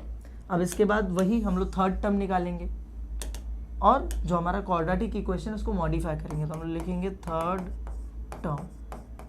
टर्म क्या फॉर्मूला हमारे पास, कोएफिशिएंट ऑफ x इंटू 1/2 का होल स्क्वायर। तो कोएफिशिएंट ऑफ x कितना है, ये रहा -5, तो -5 इंटू 1/2 का होल स्क्वायर। 5 1 5 माइनस है तो -5 रहेगा होल स्क्वायर। स्क्वायर किया 5 का स्क्वायर 25, 2 का स्क्वायर 4, माइनस तो हट जाता है स्क्वायर करने पे। अब हम लोग को थर्ड टर्म मिल गया। अब हम लोग क्वाड्रेटिक इक्वेशन लिखेंगे, उसमें थर्ड टर्म डाल देंगे। तो क्वाड्रेटिक इक्वेशन क्या था, x² - 5t - 3/4 था। तो हम लोग कैसे करेंगे, सबसे पहले ये दोनों लिखा x² - 5t, और फिर ये जो लास्ट है 3/4 इसको अलग से लिख दिया। मैंने बताया था ये जो पहला वाला पार्ट है इसमें ऐड करना पड़ता है थर्ड टर्म, तो ये जो थर्ड टर्म है यहाँ पे क्या कर देंगे ऐड, और लास्ट वाले में से सब्ट्रैक्ट करना पड़ता है, तो सब्ट्रैक्ट कर दिया। यहाँ पे बन गया हमारा एक ब्रैकेट, ठीक है। अब इसको a + b होल स्क्वायर है, फिर a - b होल स्क्वायर में लिखना पड़ेगा, तो लिखते हैं। यहाँ पे दिख रहा है x² का x हो जाएगा 24/4, सॉरी 25 है ना वो, तो इट इज़ 25 25/4, 25 का स्क्वायर रूट 5, 4 का स्क्वायर रूट 2 का होल स्क्वायर। बीच में प्लस या माइनस कैसे डिसाइड होगा, माइनस है तो माइनस आएगा, प्लस होता तो प्लस आ जाता। और वहाँ पे दोनों के अपन में 4 है, देखो -3 -25 दोनों के अपन में 4 था, कॉमन आ गया, तो माइनस -28/4 हो गया। कैंसिल करोगे तो कितना आ जाएगा 7, तो आंसर इज -7, ठीक है। अब बस इसी को लेके हम लोग आगे बढ़ेंगे। हम लोग लिखेंगे therefore i is equals to integration, पहले तो बाहर 1/8 था वो भूलना मत, फिर अंदर जो है इंटीग्रेशन 1 में क्वाड्रेटिक इक्वेशन था, पर अब इसकी जगह हम लोग ये लिख देंगे पूरा, तो दिस इज x - 5/2 का होल स्क्वायर -7। और जो 7 है इसमें ये भी तो स्क्वायर में चाहिए, और 7 किसी चीज़ का स्क्वायर नहीं होता है, तो हम लोग क्या लिखेंगे √7 का होल स्क्वायर। हम ऐसा लिख सकते हैं ना, क्योंकि हम लोगों को थोड़ा स्क्वायर में चाहिए होता है, तो हमने लिख दिया। और ठीक है, अरे रे रे रे रे शिट, एक गड़बड़ मैंने कर दी है। क्या गड़बड़ कर दी मालूम है, मैंने x की जगह t की जगह x लिख दिया है। This is t, this is not x, this is t, ठीक है, दिस इज t। ऐसी गलती मत करना गलती से भी, ठीक है, दिस इज t, परफेक्ट। तो चलो अब हम लोग क्या करेंगे, फॉर्मूला लगा देंगे।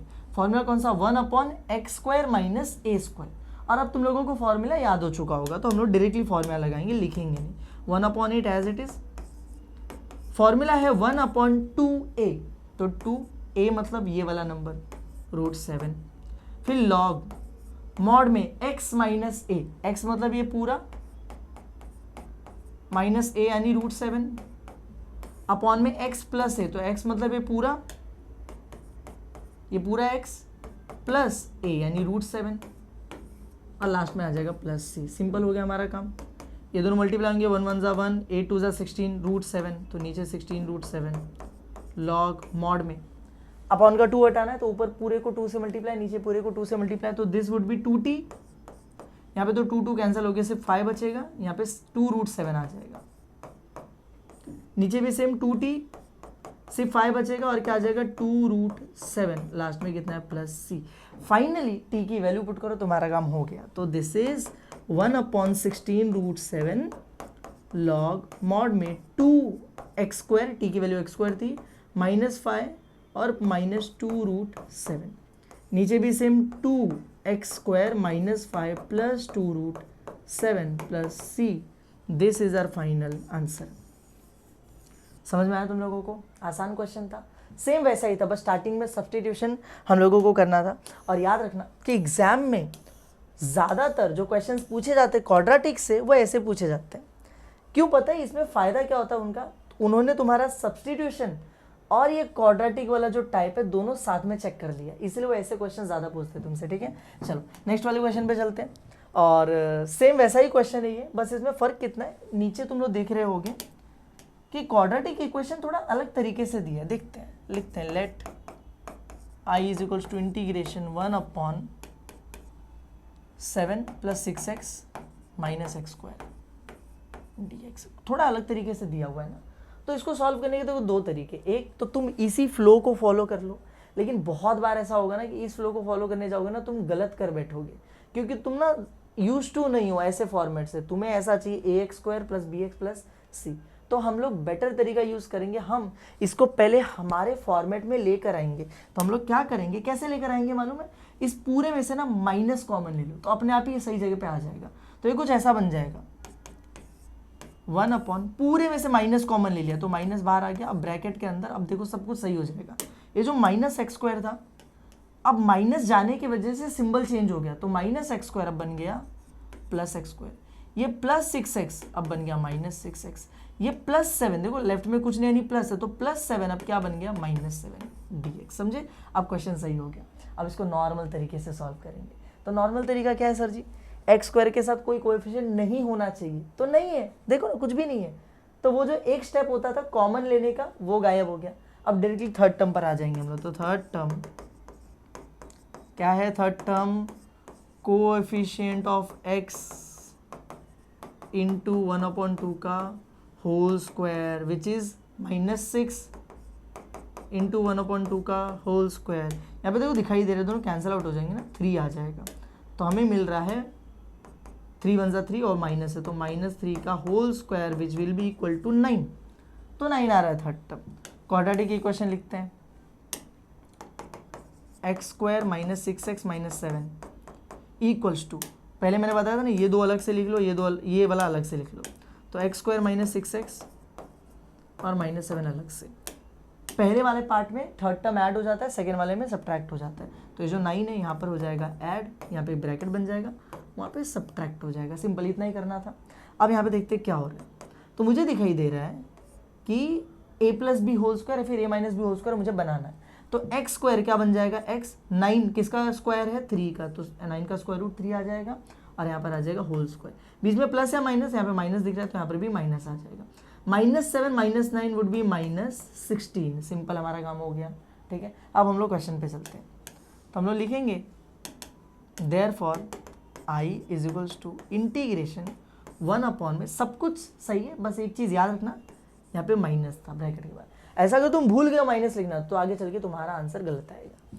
फिर अंदर हमारे पास क्या बच रहा है, अब क्वाड्रेटिक इक्वेशन हट जाएगा, ये पूरा हट जाएगा, इसकी जगह आ जाएगा ये x - 3 का होल स्क्वायर -16 को भी स्क्वायर करके लिखना है ना, तो किसका स्क्वायर होता है 16, 4 का, तो 4 का स्क्वायर। सिंपल हमारा काम हो गया। अब तुम लोग फॉर्मूला लगाने से पहले जो माइनस है इसको अंदर भेज दोगे। तो जैसे तुम लोग उस माइनस को अंदर भेजोगे क्या हो जाएगा पता है, फिर से सबका सिंबल चेंज होगा। तो जो -4² है अब ये आगे आ जाएगा, बन जाएगा +4²। ये जो प्लस वाला पार्ट है अब यहाँ पर आके बन जाएगा माइनस वाला पार्ट। और अब हम लोग फॉर्मूला लगाएंगे, इस बार अलग फॉर्मूला लगेगा। फॉर्मूला लगेगा 1/a² - x² का, क्योंकि पहले कांस्टेंट नंबर है, बाद में x है, ठीक है। तो उसका फॉर्मूला तुम्हें याद नहीं होगा, इसलिए मैं पे लिख देता हूँ। तो बाय फॉर्मूला 1/a² - x² का इंटीग्रेशन होता है वही 1/2a log mod में, यहाँ पे अलग होता है, यहाँ पे आ जाता है a + x अपॉन में a - x + c। तो हम लोग बस ये फॉर्मूला अप्लाई करेंगे। तो i would be equals to 1/2a, देखो यहाँ पे कुछ आगे लिखने के लिए तो है नहीं, मत लिखो, डायरेक्टली लिखो 1/2a। a इस बार क्या है, पहला वाला टर्म a², तो 4 log mod में a + x, तो a यानी 4 प्लस x यानी पूरा x - 3, नीचे a - x, a यानी 4 माइनस x मतलब ये पूरा x - 3, तो x - 3। ध्यान रखना इस माइनस को लिखने के बाद तुमने x - 3 लिखा, तो माइनस के बाद वाला चीज या तो ब्रैकेट के अंदर रखो या तो फिर बिना ब्रैकेट के लिख रहे हो तो सिंबल चेंज कर दो।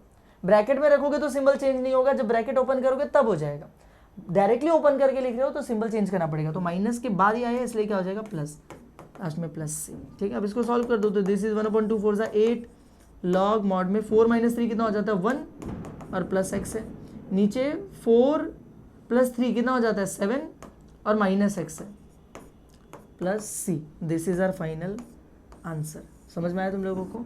आसान था, चिंदी था एकदम, ठीक है। आगे बढ़ते हैं। इसके मैंने ज़्यादा एग्जांपल्स इसलिए लिए क्योंकि एग्जाम में बहुत बार पूछा जाता है। हमने एक क्वेश्चन कर लिया सिंपल वाला, एक क्वेश्चन हमने रूट वाला नहीं, एक क्वेश्चन हमने सब्सटीट्यूशन वाला किया और एक क्वेश्चन हम लोग ने कर लिया जिसमें घुमा के दिया होता है क्वाड्रेटिक इक्वेशन। अब ये वाला कर लेते हैं रूट वाला। तो यहाँ पे देखो क्या दिया हुआ है, लेट i = कुछ भी अलग नहीं है, सेम ही तरीके से सॉल्व करना होता है उसको। 1/रूट में देखो दे रखा है x² + 4x + 29 dx। पहला तो वही एकदम सिंपल क्वेश्चन है, सिंपल फॉर्मेट में दिया है, लेकिन x² के साथ कोई नंबर है क्या पहले वो चेक करना पड़ेगा। तो कोई भी नंबर नहीं है, अगर होता तो बाहर निकालना पड़ता। एक डिफरेंस आता कि अगर यहाँ पे मान लो लिखा होता 3, तो जब मैं बाहर निकालता तो 3 बाहर नहीं आता, बाहर आता √3। यहाँ पे 1/√3 लिखा जाता है। इस चीज को याद ना, रूट के अंदर से जब कोई नंबर बाहर आता है तो रूट के साथ बाहर आता है, ठीक है। तो चलो अब यहाँ पे तो फिलहाल कोई नंबर नहीं है तो डायरेक्टली सॉल्व करेंगे थर्ड टर्म लेके। तो third term is coefficient of x into 1/2 का होल स्क्वायर। तो कोएफिशिएंट ऑफ x कितना है, देखो यहाँ पे 4 है x के साथ, इंटू 1/2 का होल स्क्वायर। तुम्हें साफ साफ दिखाई दे रहा है, 2 × 4 होता है, कट जाएगा तो बचेगा सिर्फ 2 × 2 का होल स्क्वायर विच इज 4। तो हम लोग लिखेंगे क्वाड्रेटिक इक्वेशन हमारा x² + 4x + 29। रूट लिखने की जरूरत नहीं है, पहले वाला 2 अलग से लिख लो, x² + 4x, ये लास्ट वाला 29 अलग से लिख लो। यहां पर फर्स्ट पार्ट में ऐड कर दोगे थर्ड टर्म यानी +4, वहां पे सब्ट्रैक्ट करोगे यानी -4, ठीक है। और इसको ब्रैकेट में रख दोगे, ठीक है। तो अब इसको सॉल्व करते हैं। तो दिस इज x² का x हो जाएगा, 4 का स्क्वायर रूट कितना होता है 2 का होल स्क्वायर, बीच में प्लस या माइनस, देखो इस बार प्लस है तो प्लस आ जाएगा, ठीक है। a + b होल स्क्वायर का फॉर्मेट हो गया। 29 - 4 इज 25 होता है। प्लस में क्यों लिखा आंसर, क्योंकि बड़ा नंबर प्लस में था, सिंपल। अब क्वेश्चन को दोबारा लिखो। तो देयरफॉर i = इंटीग्रेशन 1/रूट के अंदर पहले क्वाड्रेटिक इक्वेशन था, अब इसकी जगह ये आ जाएगा। तो x + 2 का होल स्क्वायर, और इसका भी तो स्क्वायर चाहिए होता है तो इसको लिख सकता हूँ मैं 5 का होल स्क्वायर। सिंपल, हमारा काम हो गया। अब यहाँ पर फॉर्मूला लग जाएगा 1/x² + a² का। तो देखते हैं फॉर्मूला क्या दिया हुआ हम लोगों को। बाय फॉर्मूला इंटीग्रेशन 1/रूट में क्या है x² + a²। कभी भी दिया होता है तो फॉर्मूला इज लॉग आता है, मॉड के अंदर x लिखा जाता है प्लस रूट के अंदर जो यहाँ पर है वही आ जाता है। तो x² + a² और प्लस c, सिर्फ इतना ही करना होता है। तो हम लोगों को वही करना है। तो देयरफॉर i = लॉग मॉड में x मतलब ये पूरा x + 2, हमारे लिए तो x + 2 है ना, प्लस फिर रूट, तो रूट लिखा, रूट में यही पूरा x² + a², तो x + 2 का होल स्क्वायर प्लस 5² पूरा लिख दोगे और आगे क्या है प्लस c, ठीक है। सिंपल, हमारा काम हो गया। इफ़ यू वांट तो तुम इस क्वेश्चन को यहीं पर छोड़ दो, तुम्हें मार्क्स मिल जाएगा, क्योंकि जितनी भी रिक्वायर्ड चीज़ें थी वो तुमने ऑलरेडी सॉल्व कर दी। फॉर्मूला लगाना तो तुमने लगा दिया।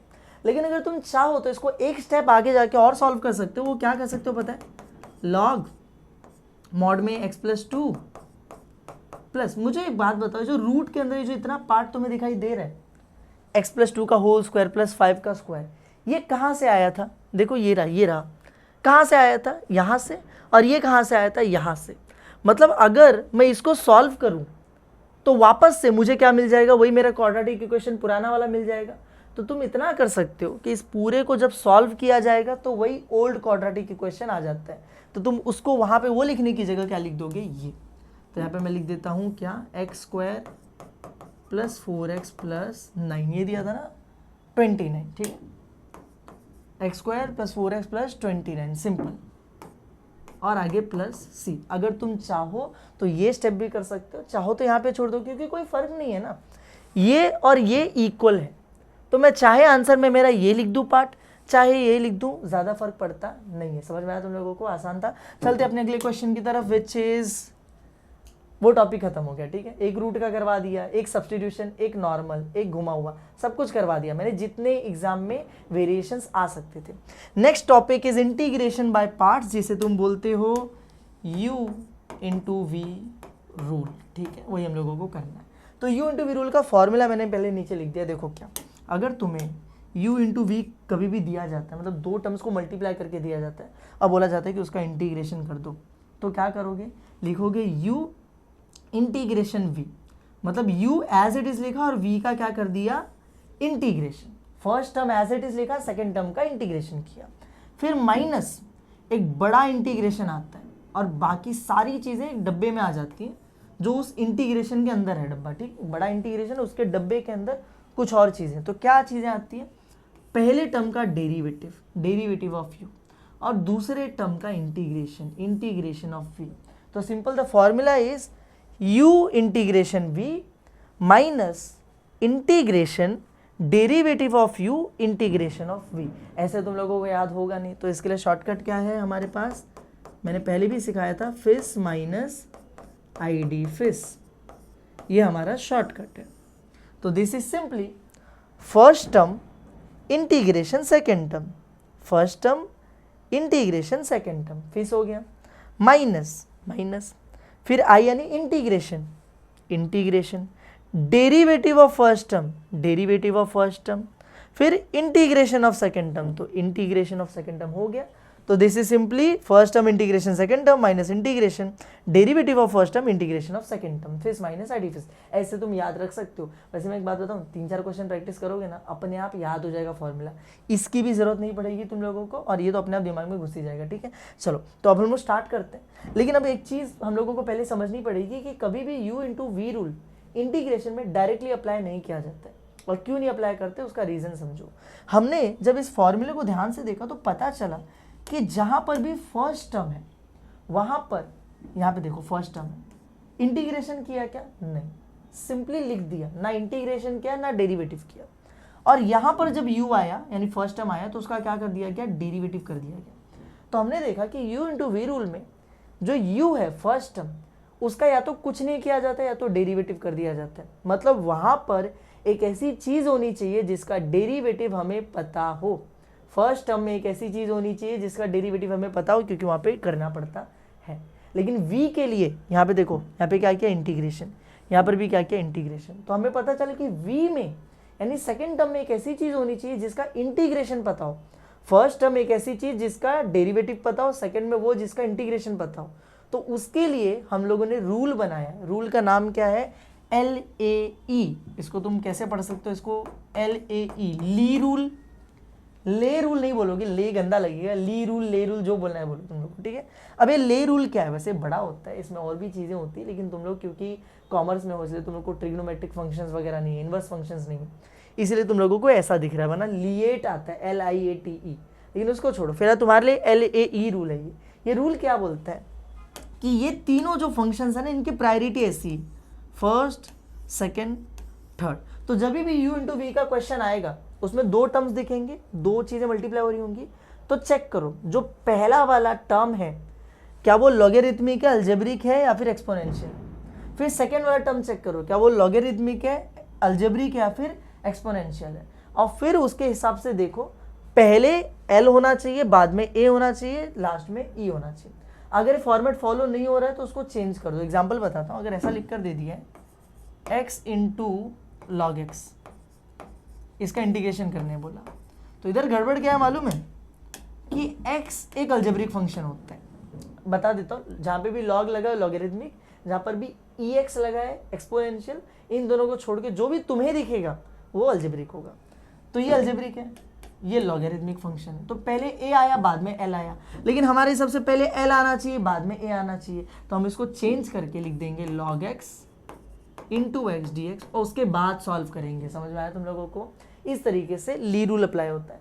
एक बार ये चेंजेस कर लो, उसके बाद क्वेश्चन में आगे बढ़ना, उसके बाद फॉर्मूला अप्लाई करना, वरना उसमें सॉल्व करते रह जाओगे, आंसर कभी नहीं आएगा, ठीक है। चलो आगे बढ़ते हैं। तो क्वेश्चन को सॉल्व करते हैं। दो क्वेश्चन मैंने लिए, फर्स्ट वाला क्वेश्चन कर लेते हैं पहले। तो let I is equals to integration x into log x. ठीक है, तो अब मुझे दिखाई दे रहा है भाई ये तो अलजेब्रिक फंक्शन है, ये लॉगरिथमिक है, ऐसा लिखना मत है जो रेड में लिख रहा हूँ, रफ वर्क है सिर्फ तुम्हें समझाने के लिए।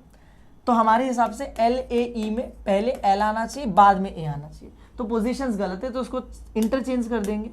तो अभी हो जाएगा log x into x d x. अब हम लोग u into v rule apply कर देंगे। तो हम लोग पहले लिखेंगे by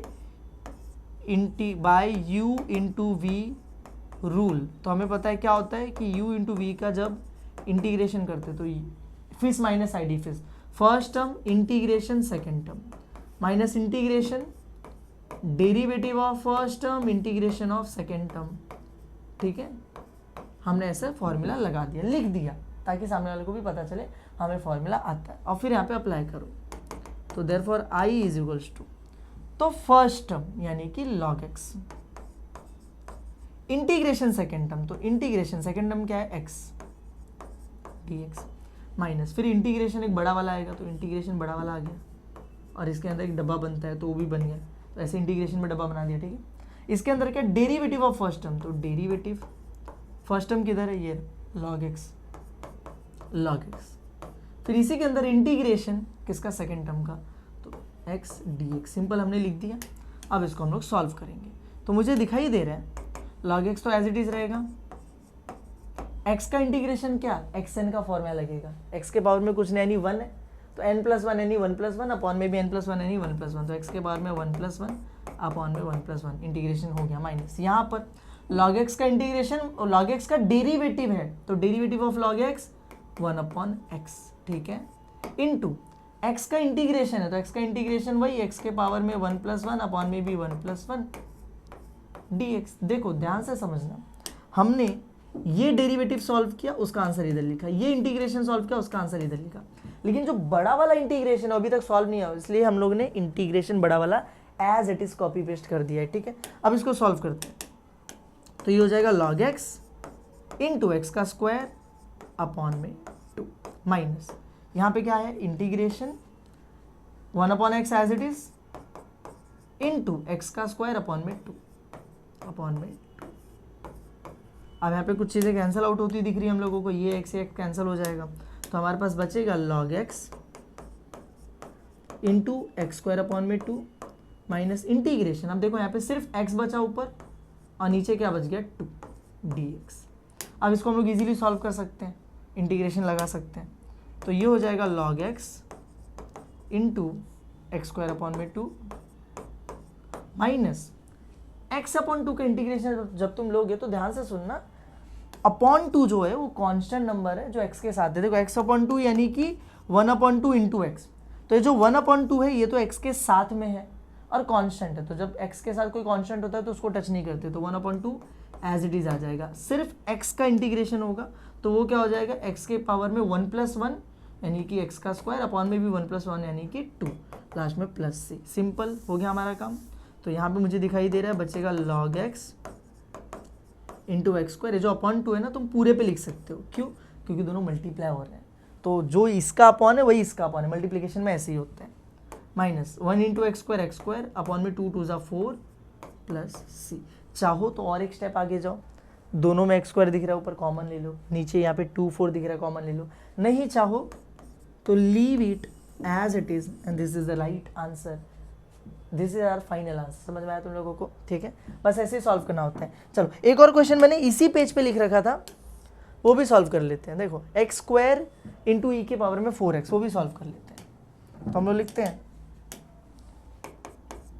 let I is equals to integration x square into e के पावर में 4x dx। तो अब हम जब इसको सॉल्व करने जाएंगे तो पहले देखेंगे कि ये एक अलजेब्रिक फंक्शन है, ये एक्सपोनेंशियल फंक्शन है, तो LAE रूल के हिसाब से पहले a आता है बाद में e आता है, तो ये तो करेक्ट हुआ, तो इसको चेंज मत करो, डायरेक्टली फॉर्मूला लगाओ, तो लिखो by u into v rule, और क्या होता है u इंटू वी रूल की integration u into v first term integration second term minus integration derivative of first term integration of second term.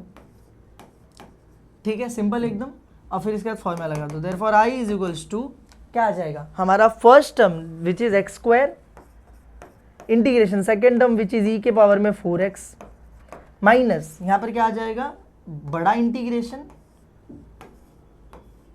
फिर डेरिवेटिव ऑफ फर्स्ट टर्म, तो derivative of first term क्या है x square का derivative और integration second term का यानी ई के power में 4x का dx। सिंपल है, तुम लोग बोर नहीं हो रहे हो ना, एक ही क्वेश्चन मैं बार बार करा रहा हूँ, तो मैंने सोचा एक और वेरिएशन करवा देना चाहिए u इंटू वी के अंदर, इसलिए करवा रहा हूँ। ठीक है, अब यहाँ पे देखो x square as it is रहेगा, e के पावर में 4x का इंटीग्रेशन क्या आएगा, देखो ex का इंटीग्रेशन ex होता है, लेकिन जब भी इंटीग्रेशन में हम लोगों को ऐसा दिखाई देता है कि जहां पर x होना चाहिए था वहां पे x की जगह कोई दूसरा टर्म आ गया है, 4x 5x 6x ऐसा कुछ आ गया, तो हम लोग क्या करते हैं मालूम है, x के साथ वाला जो नंबर होता है ना उसको अपॉन में लिख देते हैं इंटीग्रेशन करने के बाद। तो फॉर एग्जांपल अगर मुझे कभी इंटीग्रेशन करना पड़ा e के पावर में 4x का, तो ex का तो ex होता है, तो e के पावर में 4x का इंटीग्रेशन e के पावर में 4x ही होगा, लेकिन मैं अपॉन में क्या लिख दूंगा 4, क्योंकि x के साथ 4 क्या है एक्स्ट्रा है, तो हम लोग उसको यहाँ पे क्या कर देते हैं डिवाइड कर देते हैं। इतना बस याद रखना, ठीक है। इसका रीजन भी होता है जो मैंने मेरे रेगुलर वीडियोस के अंदर बताया है, अभी फिलहाल के लिए उसमें नहीं घुसते, अभी फिलहाल बस इतना समझते हैं कि e के पावर में 4x का इंटीग्रेशन इज e के पावर में 4x अपॉन में 4, सिंपल, माइनस इसको सॉल्व करते हैं, इंटीग्रेशन एक्स स्क्वायर का डेरिवेटिव इज 2x, तो यहाँ पे आ गया 2x इंटू e के पावर में 4x का इंटीग्रेशन अगेन e के पावर में 4x अपॉन में 4 dx। ठीक है, काम हो गया हमारा, आगे देखते हैं। तो ये तो एज इट इज रहेगा एक्स स्क्वायर इंटू ई के पावर में 4x, दोनों मल्टीप्लाई हो रहे हैं तो अपॉन एक ही साथ लिख दो, कोई मतलब नहीं है। यहाँ पे जब मैं देखूंगा तो 2 और 4 कैंसिल आउट हो सकते हैं, 2 1 2 2 2 4, तो यहाँ पे बचेगा हमारे पास, देखो अपॉन में जो 2 है ना इसको ना थोड़ा इंटीग्रेशन के बाहर ले लेता हूँ, क्योंकि अंदर नंबर नहीं रहेगा तो हमारे लिए सॉल्व करना आसान होगा। तो 2 को बाहर ले लिया, ऊपर से 1 को बाहर ले लिया, ऊपर अंदर क्या बचा x इंटू ई के पावर में 4x dx। अब ज़रा ध्यान से देखो, हमने क्वेश्चन को सॉल्व करने की कोशिश की, लेकिन यहाँ पर u इंटू वी दोबारा से आ गया, तो हम लोगों को यहाँ पे दोबारा से u इंटू वी रूल लगाना पड़ेगा। तो हम लोग इस वाले क्वेश्चन को एज इट इज़ यहीं पे छोड़ेंगे, ये जो i है इसको हम लोग यहीं पर क्या कर देंगे, इक्वेशन नंबर 1 मान के लीव कर देंगे। हम लिखेंगे लेट i डैश, मतलब एक नया इंटीग्रेशन का क्वेश्चन सॉल्व करेंगे i डैश मान के, और वो क्या होगा, ये इंटीग्रेशन x इंटू ई के पावर में 4x dx। अब डायरेक्टली यहाँ पे u इंटू वी रूल लगा दो, तो क्या आ जाएगा, first term integration second term minus integration derivative of first term integration of second term, simple, फटाफट से इसको सॉल्व करते हैं।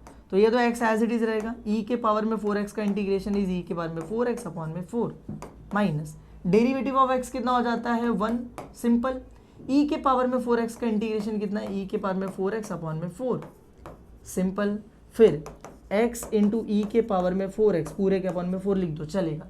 यहाँ पर 1 इंटू ई कुछ मतलब नहीं है, एज इट इज आ जाएगा, अपॉन का 4 जो इसको बाहर लिख देते हैं, अंदर बचा e के पावर में 4x और dx।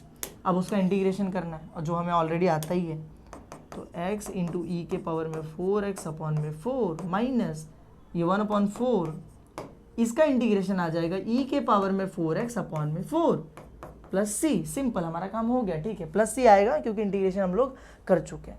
ठीक है, अब आगे इसको सॉल्व करते, थोड़ा सा सिंप्लीफाई करते, तो x इंटू ई के पावर में 4x अपॉन में 4, 1 इंटू ये as it is 4 4 16 plus c, ये आ गया हमारा i डैश। इसको मैंने बहुत स्पीड में किया क्योंकि तुम लोग ऑलरेडी कॉन्सेप्ट समझ चुके हो, इसलिए। ठीक है, एक बार तुम्हें i डैश मिल गया, मतलब इसका इंटीग्रेशन मिल गया, इसका, तो हम लोग डायरेक्टली यहाँ पे जो इंटीग्रेशन था उसमें वहाँ पे आंसर पुट कर सकते हैं। तो हम लोग पूरा फर्स्ट इक्वेशन दोबारा से लिखेंगे, और इस बार इस पार्ट की जगह हम लोग हमारा आंसर जो आ गया वो लिख देंगे। तो इसको याद कर लो, एक्स स्क्वायर इंटू ई के बारे में 4x अपॉन में 4। ठीक है, तो हम लोग लिखते हैं i is equals to from 1, और इसको इक्वेशन नंबर 2 मान लेते हैं, तो n2, तो i इज इक्वल्स टू ई के पावर में 4x into x square upon में 4, ऐसा कुछ था ना, एक सेकंड रुको, अपॉन में 2 था या अपॉन में 4 था, हाँ, एक्स स्क्वायर इंटू ई के पावर में 4x अपॉन में 4 था, तो यहाँ पर आ जाएगा अपॉन में 4 माइनस 1 अपॉन 2 लिखा हुआ था, और फिर इंटीग्रेशन में वो पार्ट था जो हमने सॉल्व करके ये निकाला है। तो 1/2 के बाद जो इंटीग्रेशन था उसकी जगह ये पूरा आ जाएगा, x इंटू ई के पावर में 4x अपॉन में 4 माइनस ई के पावर में 4x अपॉन में 16, लास्ट में आ जाएगा प्लस सी। यहाँ पे प्लस सी ऑलरेडी था और यहाँ पर हम लोग जब आएंगे तो सारा इंटीग्रेशन खत्म हो गया, तो उसी प्लस सी को हम यहाँ पे क्या करेंगे, लिख देंगे। देखो उसका प्लस सी अलग है, इसका प्लस सी अलग है, लेकिन हम लोगों को 2 सी एक साथ लिखने की जरूरत नहीं है, एक एक्सप्रेशन में एक सी बहुत होता है, ठीक है। अब बस इसको सॉल्व कर दो थोड़ा सा, तो ये हो जाएगा ई के पावर में 4x into x square upon में 4, ये 1/2 अंदर मल्टीप्लाई होगा, तो एक बार इसके साथ एक बार इसके साथ, यहाँ पे गया तो x इंटू ई के पावर में 4x, 2 4 जा 8। फिर ये जब यहाँ पे गया, ध्यान से देखना, ये -1/2 जब इसमें मल्टीप्लाई होगा, ये ऑलरेडी माइनस, ये भी माइनस, तो आंसर में क्या आ जाएगा प्लस। तो 1 इंटू ई के पावर में 4x एज इट इज, नीचे 2 into 16 is 32 plus c. Now if you want then leave your answer here only, लेकिन मैं नहीं सजेस्ट करूंगा, मैं नहीं सजेस्ट करता कि आंसर यहाँ पे छोड़ो, इसमें बहुत सारी चीज़ें कॉमन आ सकती है, तो उनको कॉमन लेके फिर जाके फाइनल आंसर बनाना अपना। सब में ई के पावर में 4x है, ले लो कॉमन, सब में ऊपर यहाँ पे एक्स स्क्वायर, यहाँ पे एक्स है, यहाँ पे नहीं है, तो एक्स को कॉमन नहीं ले सकते, लेकिन नीचे सब 4 के टेबल के हैं, तो 4 को भी कॉमन ले लो।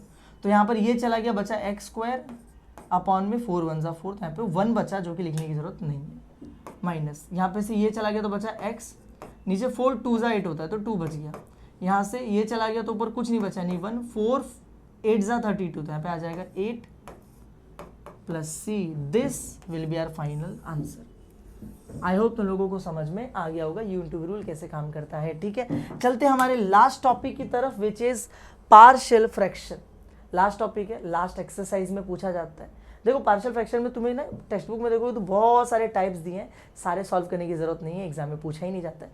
ये 2 बेसिक टाइप्स है जो तुम्हें पता होने चाहिए सॉल्व करने के लिए, और ये एग्जाम में आते भी हैं। सबसे पहला टाइप क्या है कि अगर क्वेश्चन, पहले समझो पार्शियल फ्रैक्शन होता क्या है। पार्शियल फ्रैक्शन में एक स्पेशल टाइप के क्वेश्चन आते हैं जिसमें ऊपर तो कुछ भी होगा लेकिन नीचे तुम्हें ब्रैकेट्स दिखाई देंगे, 1 ब्रैकेट 2 ब्रैकेट 3 ब्रैकेट ऐसे दिखाई देंगे। तो जैसे यहाँ पे देखो दिख रहा है ना, ब्रैकेट में x माइनस ए, ब्रैकेट में x माइनस बी, ऐसे दिखाई देगा। तो कभी भी अगर तुम्हें ऐसा क्वेश्चन दिखा कि ऊपर कुछ तो लिखा है और नीचे ब्रैकेट्स हैं, 2 ब्रैकेट है या फिर 3 ब्रैकेट भी हो सकते हैं, तो उस केस में तुम इस पूरे क्वेश्चन को उठाओगे और सब्सटीट्यूट कर दोगे इसकी जगह पे क्या, a अपॉन में पहला वाला ब्रैकेट प्लस b अपॉन में ये दूसरा वाला ब्रैकेट, और फिर आगे सॉल्व करते हैं, वो कैसे करते हैं मैं सिखा दूंगा। लेकिन सब्सटीट्यूशन क्या करना है वो यहाँ पे मैंने दिखा दिया, वो देख लो।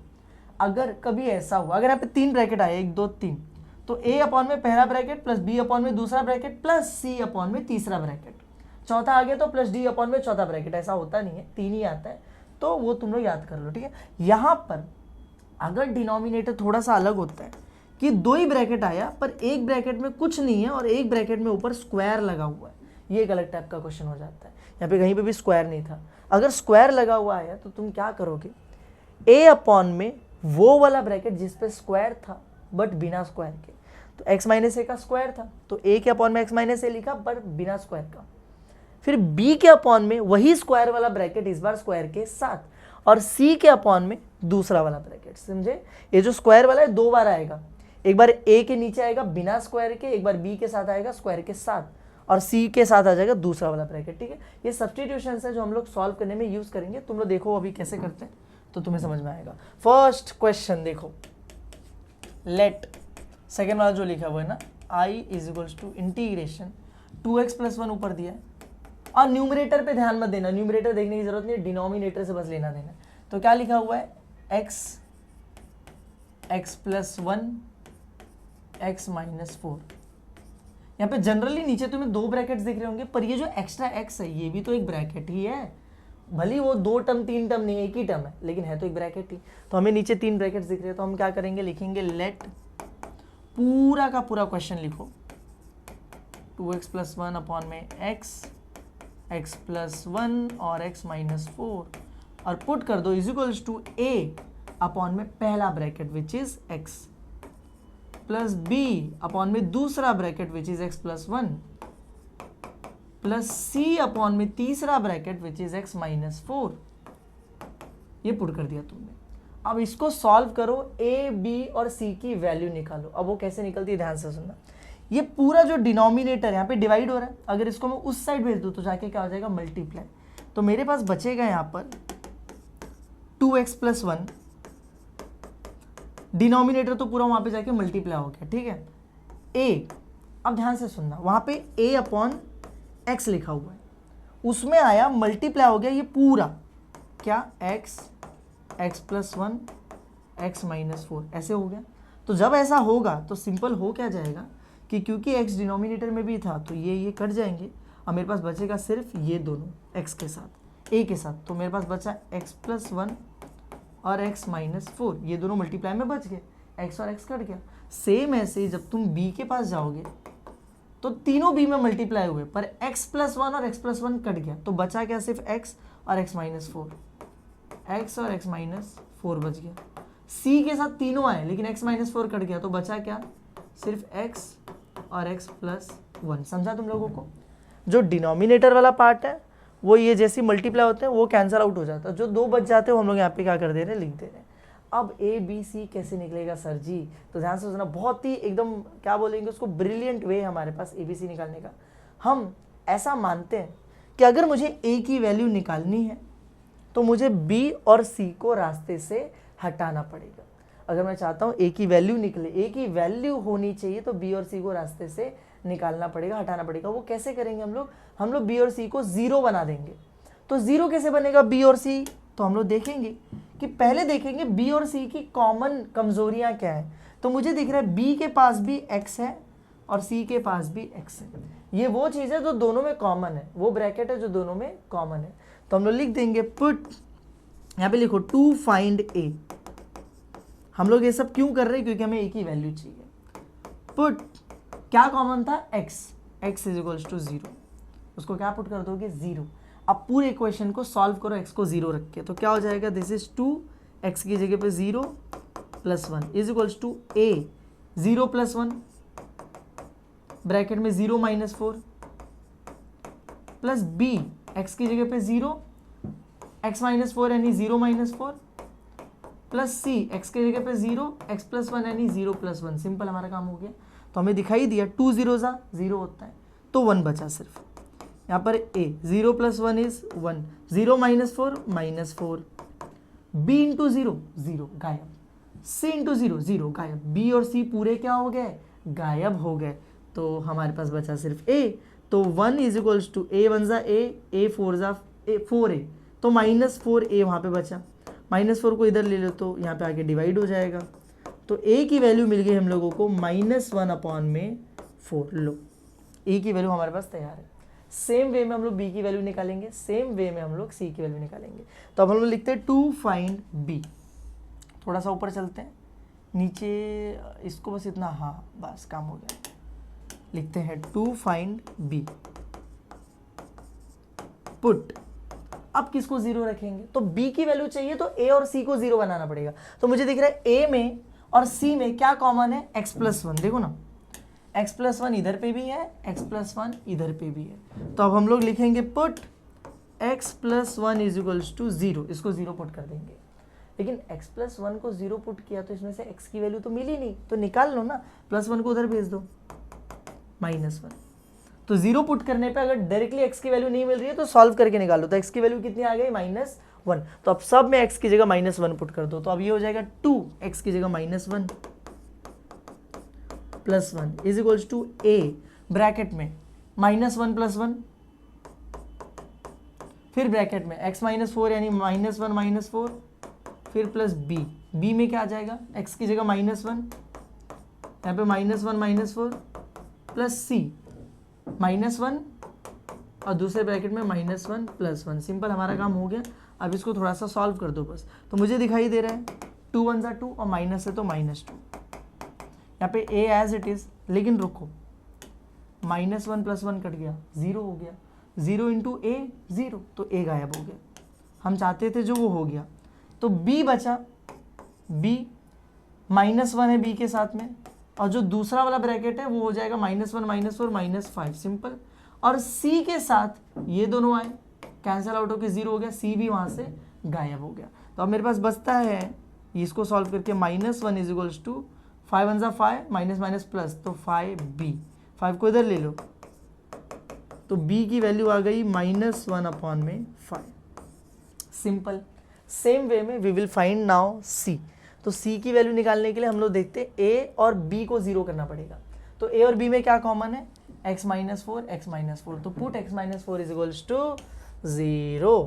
तो लिखते हैं टू फाइंड c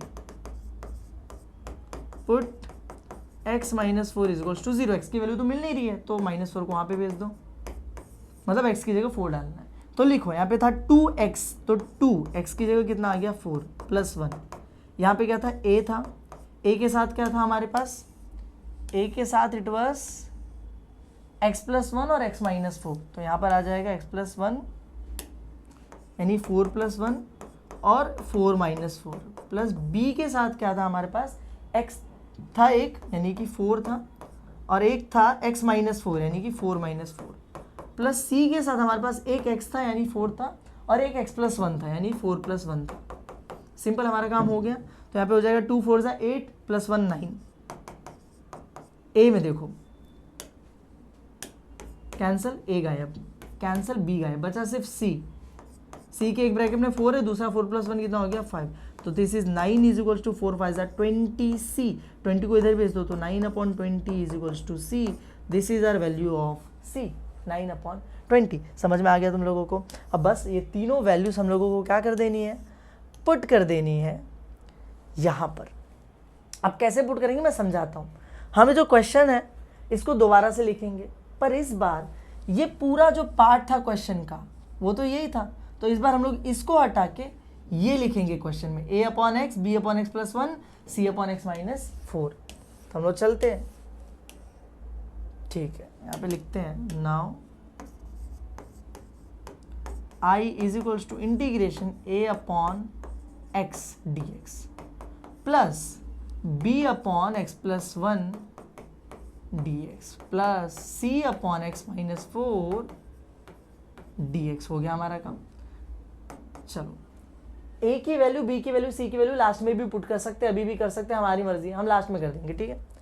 ये जो a है अगर इसको मैं बाहर निकाल दूँ तो अंदर क्या बचेगा? 1/x, क्योंकि ये कांस्टेंट है, कांस्टेंट इंटीग्रेशन के बाहर आ सकता है, ठीक है। तो dx। b को बाहर निकाल दूँ तो अंदर क्या बचेगा? 1/x + 1 dx। c को बाहर निकाल दूँ तो क्या बचेगा? 1/x -4 dx। मुझे यहाँ पे साफ दिखाई दे रहा है 1/x का इंटीग्रेशन क्या होता है? log x। 1/x + 1 का इंटीग्रेशन क्या हो जाएगा? log mod में x + 1। जो भी नीचे डिनोमिनेटर में होता है वो मॉड के अंदर आ जाता है, ठीक है। प्लस c, ये क्या हो जाएगा? log mod में x -4, लास्ट में प्लस c, सबका इंटीग्रेशन हो गया। 1/x का log x होता है, यहाँ पे भी log x log x log x, जो डिनोमिनेटर होता है वो मॉड में आ जाता है। हो गया हमारा काम। a b c की वैल्यू पता ही है, पुट कर दो यहाँ पे। क्या पता थी भाई वैल्यू? c की वैल्यू पता चल चुकी है 9/20 log mod में x -4 प्लस c। a और b की क्या वैल्यूज है चेक कर लो ऊपर। b की -1/5 है, a की -1/4 है। तो लिख देते हैं इसकी -1/5 -1/4 है log x की, इसकी -1/5 है log x + 1 की। हो गया हमारा काम। This is our final answer. कुछ लोग इसको भी और ज़्यादा सिंप्लीफाई करते हैं। I don't think you need to simplify this even more. और ज़्यादा सिंप्लीफाई करने की ज़रूरत नहीं, इतना कर दिया बहुत है, ठीक है। चलते हमारे नेक्स्ट कोई क्वेश्चन है ही नहीं हमारे पास। हमने पार्शियल फ्रैक्शन का एक क्वेश्चन कर लिया and this is enough for us. रुको, एक क्वेश्चन शायद से है पर ऊपर मैंने लिखा था वो जो स्क्वायर वाला है जिसमें नीचे एक स्क्वायर रहता है, देखो ये रहा। तो इसको सॉल्व करते हैं अगले वाले हमारे स्लाइड पे। तो x है x -1 का होल स्क्वायर और x + 2। तो लिखते हैं let I is equals to x -1 का होल स्क्वायर और यहाँ पे x + 2 dx। इतना ही था ना? चेक कर लो एक बार। हाँ परफेक्ट। अब हम लोग क्या करेंगे यहाँ पर, ये स्क्वायर वाला है ना, तो स्क्वायर वाले को सब्सटीट्यूशन का तरीका अलग होता है। तो हम लिखेंगे लेट या फिर पुट, जो भी बोल सकते हैं।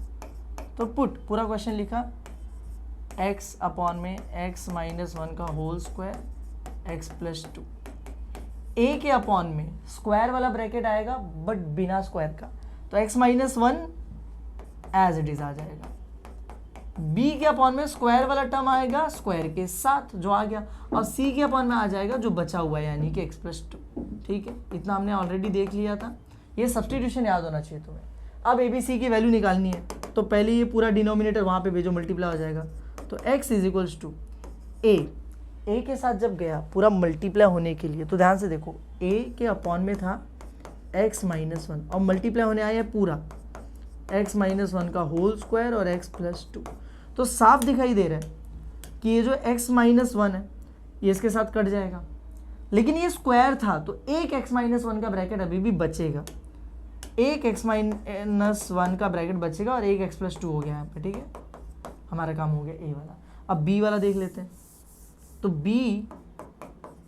b के साथ पूरा x-1 का होल स्क्वायर x-1 का होल स्क्वायर कैंसिल आउट हो जाएगा, बचेगा सिर्फ x+2। और c के साथ x-2 कैंसिल, तो बचेगा x-1 का होल स्क्वायर। जो भी मल्टीप्लाई करने के बाद बचेगा मैंने लिख दिया, सिंपल था। अब ABC की वैल्यू कैसे सेम तरीके से निकालेंगे जो अभी तक हम लोग कर रहे थे। बस इतना ध्यान रखना, हम लोग यहाँ पर a की वैल्यू लास्ट में निकालेंगे। किसकी वैल्यू लास्ट में निकालेंगे? हम लोग a की वैल्यू लास्ट में निकालेंगे। हम लोग पहले b और c निकाल लेते हैं और मैं बताऊंगा क्यों ऐसा कर रहा हूँ। पहले लिखते हैं टू फाइंड b। तो जब मुझे b की वैल्यू चाहिए तो मुझे a और c को एक साथ 0 बनाना पड़ेगा। तो वो कैसे बनेगा? देखो मुझे दिख रहा है यहाँ पर भी x-2 है, यहाँ पर भी x+2 है, यहाँ पर भी x+2 है, दोनों में कॉमन है x+2। तो सॉरी मुझे b की वैल्यू चाहिए तो a और c को 0 बनाना पड़ेगा एक साथ। मैंने उल्टा कर दिया वो। तो मुझे b की वैल्यू चाहिए तो a और c को 0 बनाना है। तो ये रहा a, ये रहा c, यहाँ पर भी x-1 है, यहाँ पर भी x-1 है, दोनों में कॉमन है। तो put x-1 is equals to 0। तो -1 को वहाँ पे भेज के x इज इक्वल्स टू क्या हो जाएगा 1। तो x की जगह 1 पुट करना है b की वैल्यू के लिए। चलो 1 पुट कर दो। x की जगह 1 a, x की जगह 1 -1, x की जगह 1 +2 प्लस b, x की जगह 1 +2 प्लस c, x की जगह 1 -1 का होल स्क्वायर। तो मुझे दिख रहा है यहाँ पे 1 आ जाएगा। यहाँ पे मुझे पता चल रहा है कि यार इधर तो 1 -1 कैंसिल हो जाएगा और यहाँ पे भी c में 1 -1 कैंसिल हो जाएगा, 0 हो जाएगा, मतलब पूरा टर्म ही गायब हो जाएगा। तो बचेगा सिर्फ b वाला टर्म। तो b 1 + 2 कितना हो गया 3। तो 3 को यहाँ पर ले लो, 1/3 इज इक्वल्स टू b। लो b की वैल्यू मिल गई। अब c की निकालो यार, है ना, a लास्ट में मैं बताऊंगा क्यों। पहले c निकाल लेते हैं। तो मैं लिखता हूँ टू फाइंड c। अब मुझे a और b में कॉमन चाहिए। तो a और b में क्या कॉमन था? अभी देख ही लिया था हम लोग ने, x+2 दोनों में कॉमन है। तो put x+2 is equals to 0। तो x इक्वल्स टू क्या हो जाएगा -2। तो x की जगह हम लोगों को -2 रखना है पूरे के पूरे इक्वेशन के अंदर। तो उस इक्वेशन को यहीं पे रखते हैं और यहाँ पे पुट करते हैं। तो x की जगह आ गया -2, फिर a ब्रैकेट में x-1 इज -2 -1, फिर यहाँ पे x+2 इज -2 +2 प्लस b के साथ क्या है? x+2 है तो -2 +2 प्लस c के साथ क्या है? x-1 है तो -2 -1 का होल स्क्वायर। सिंपल। अब इसको सॉल्व कर दो तो हमें पता चलेगा कि -2 यहाँ पर -2 + 2 कैंसिल, जिसकी वजह से a गायब हो जाएगा, -2 + 2 कैंसिल, जिसकी वजह से b गायब हो जाएगा, बचेगा सिर्फ c। उसके ब्रैकेट में -2 -1 इज -3 का होल स्क्वायर। तो -2 इज इक्वल्स टू 3 का स्क्वायर 9, माइनस हट जाता है स्क्वायर करने पे, तो 9c। 9 को यहाँ पर भेज दो तो -2/9 इज इक्वल्स टू c। हमें c की वैल्यू मिल गई। अब पता है a की वैल्यू क्यों निकालने से मैंने मना किया था तुम लोगों को? अगर तुम a की वैल्यू निकालने जाओगे तो तुम्हें b और c दोनों को एक साथ 0 बनाना पड़ेगा। उसके लिए b और c में कुछ ना कुछ कॉमन होना चाहिए। देखो ना, क्या यहाँ पर b और c में कुछ भी कॉमन दिखाई दे रहा है? नहीं, क्योंकि b और c में कुछ भी कॉमन नहीं है, इसलिए दोनों को एक साथ 0 बनाना पॉसिबल नहीं है। तो इस वाले क्वेश्चन में ट्रिक बताऊंगा, ध्यान से सुनना, अच्छे से सुनना, कि b और c की वैल्यू निकालो पहले, जो कि इजीली निकल जाती है। और a के लिए ऐसे किसी भी क्वेश्चन में, स्क्वायर वाले क्वेश्चन के अंदर एक फॉर्मूला लगता है which is a is equals to -c to find a is equals to -c। ये फॉर्मूला आया कैसे? बहुत सॉल्व करने के बाद आता है, पर तुम्हें सिर्फ ये याद कर लेना है, क्योंकि तुम्हें एग्जाम में वो सॉल्व करने के मार्क्स मिलने वाले नहीं है। तो a is equals to minus c, a is equals to minus c की वैल्यू कितनी है -2/9, तो माइनस माइनस प्लस a की वैल्यू कितनी आ गई 2/9। लो खत्म, a की वैल्यू भी मिल गई। और एक बार a की वैल्यू मिल गई उसके बाद हमारा i लिखो, i is equals to integration a upon में x-1 था प्लस b अपॉन में x-1 का होल स्क्वायर था और प्लस c अपॉन में x+2 था dx। यही था हमारा क्वेश्चन, ठीक है। चेंज हो गया क्वेश्चन। अब फिर क्या करेंगे, ये तीनों अलग अलग लिख देते हैं, काम करते हैं। इंटीग्रेशन एक साथ नहीं लिखते हम लोग, तीनों का इंटीग्रेशन कर देते हैं अलग। तो यहाँ पे अलग से आ जाएगा इंटीग्रेशन dx, यहाँ पे अलग से आ जाएगा इंटीग्रेशन dx, यहाँ पे अलग से आ जाएगा। a को बाहर निकाला, अंदर क्या बचा 1/x-1 dx। b को बाहर निकाला, अंदर क्या बचा 1/x-1 का होल स्क्वायर dx। यहाँ पे c को बाहर निकाला, अंदर बचा 1/x+2 dx। सिंपल। इंटीग्रेशन करते टाइम ध्यान देना जरा अच्छे से। यहाँ पे तो a एज इट इज रहेगा, 1/x का इंटीग्रेशन इज log x, तो यहाँ पे आ जाएगा log मॉड में x-1। तो यहाँ पे का काम हो गया। ऐसे c में देखोगे तो c 1/x का इज log x, तो 1 तो log और मॉड में x+2 काम हो गया। लेकिन यहाँ पर देखो ना, यहाँ पे 1/x² है, 1/x नहीं है, और 1/x² का इंटीग्रेशन log x नहीं होता है। तो क्या होता है, यहाँ पे आते पता करते हैं। इंटीग्रेशन 1/x², तो देखो x² है ना, डायरेक्टली तो कोई इंटीग्रेशन नहीं निकलेगा, इसको इधर से भेज देता हूँ ऊपर, तो ये बन जाएगा x के पावर में -2 dx।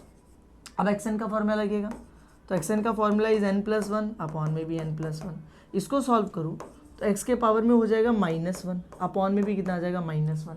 और इसको अगर मैं ध्यान से देखूँ तो जो x के पावर में -1 है, इसलिए -1 है क्योंकि ऊपर उसको नीचे कर दिया, तो वापस से पावर में क्या हो जाएगा +1। तो उसको नीचे लेके गया तो x के पावर में +1 आ जाएगा। और नीचे ऑलरेडी -1 था, तो माइनस ऑलरेडी नीचे है, ऊपर कुछ नहीं बचा है यानी कि 1, ठीक है।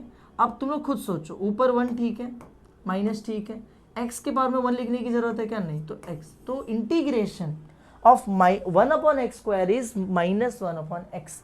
तो यहाँ पर जो इंटीग्रेशन आएगा वो हो जाएगा -1/x, x यानी ये पूरा x-1, हमारा काम हो गया। 1/x² का इंटीग्रेशन इज -1/x, जो हमने लिख दिया, ठीक है। और हमारे यहाँ पे b भी है, तो b × 1 b हो गया, ठीक है। अब a b c की वैल्यू पुट कर दो, तो इस a की value is 2/9 if I am not wrong, हाँ, तो a की वैल्यू 2/9 है और c की वैल्यू माइनस कितनी आई थी, -2/9, और b की वैल्यू 1/3, तो 2/9 माइनस b की वैल्यू कितनी है 1/3, तो 1/3 और नीचे जो x-1 है उसको लिख दो, ठीक है, सिंपल। और प्लस c की वैल्यू इज -2/9, तो यहाँ पर -2/9 और log मॉड में x+2 जो बचा वो लिख दो, हमारा काम हो गया। This is our final answer of integration. Simple है, आसान है, हो गया हमारा काम। अच्छा, यहाँ पे मैं लिखना भूल गया log वाला, तो 2/9 log मॉड में x-1 वो भी आएगा, ठीक है। और फिर आगे वो पूरा पार्ट, एक मिनट को अच्छे से लिख देता हूँ मैं, फिर ये सिंपल। ए बी सी की वैल्यू बस मैंने यहाँ पे पुट कर दी है। This is a final answer. और इसी के साथ हम लोग सारे के सारे टॉपिक्स कवर कर चुके हैं, सारे क्वेश्चन के टाइप जो एग्जाम में पूछे जाते हैं सब कवर कर चुके हैं हम लोग। और मैंने कोशिश की कि मैं फटाफट ख़त्म करा दूं, साथ में कोशिश की कि तुम लोगों को समझ में भी आ जाए। कमेंट्स में ज़रूर बताना कि वीडियो कैसा लगा। फिलहाल के लिए इस वीडियो को यहीं पे ख़त्म करते हैं। अगर वीडियो पसंद आई हो तो वीडियो को लाइक करना, चैनल को सब्सक्राइब करना। मिलते हैं नेक्स्ट वीडियो में। Thank you.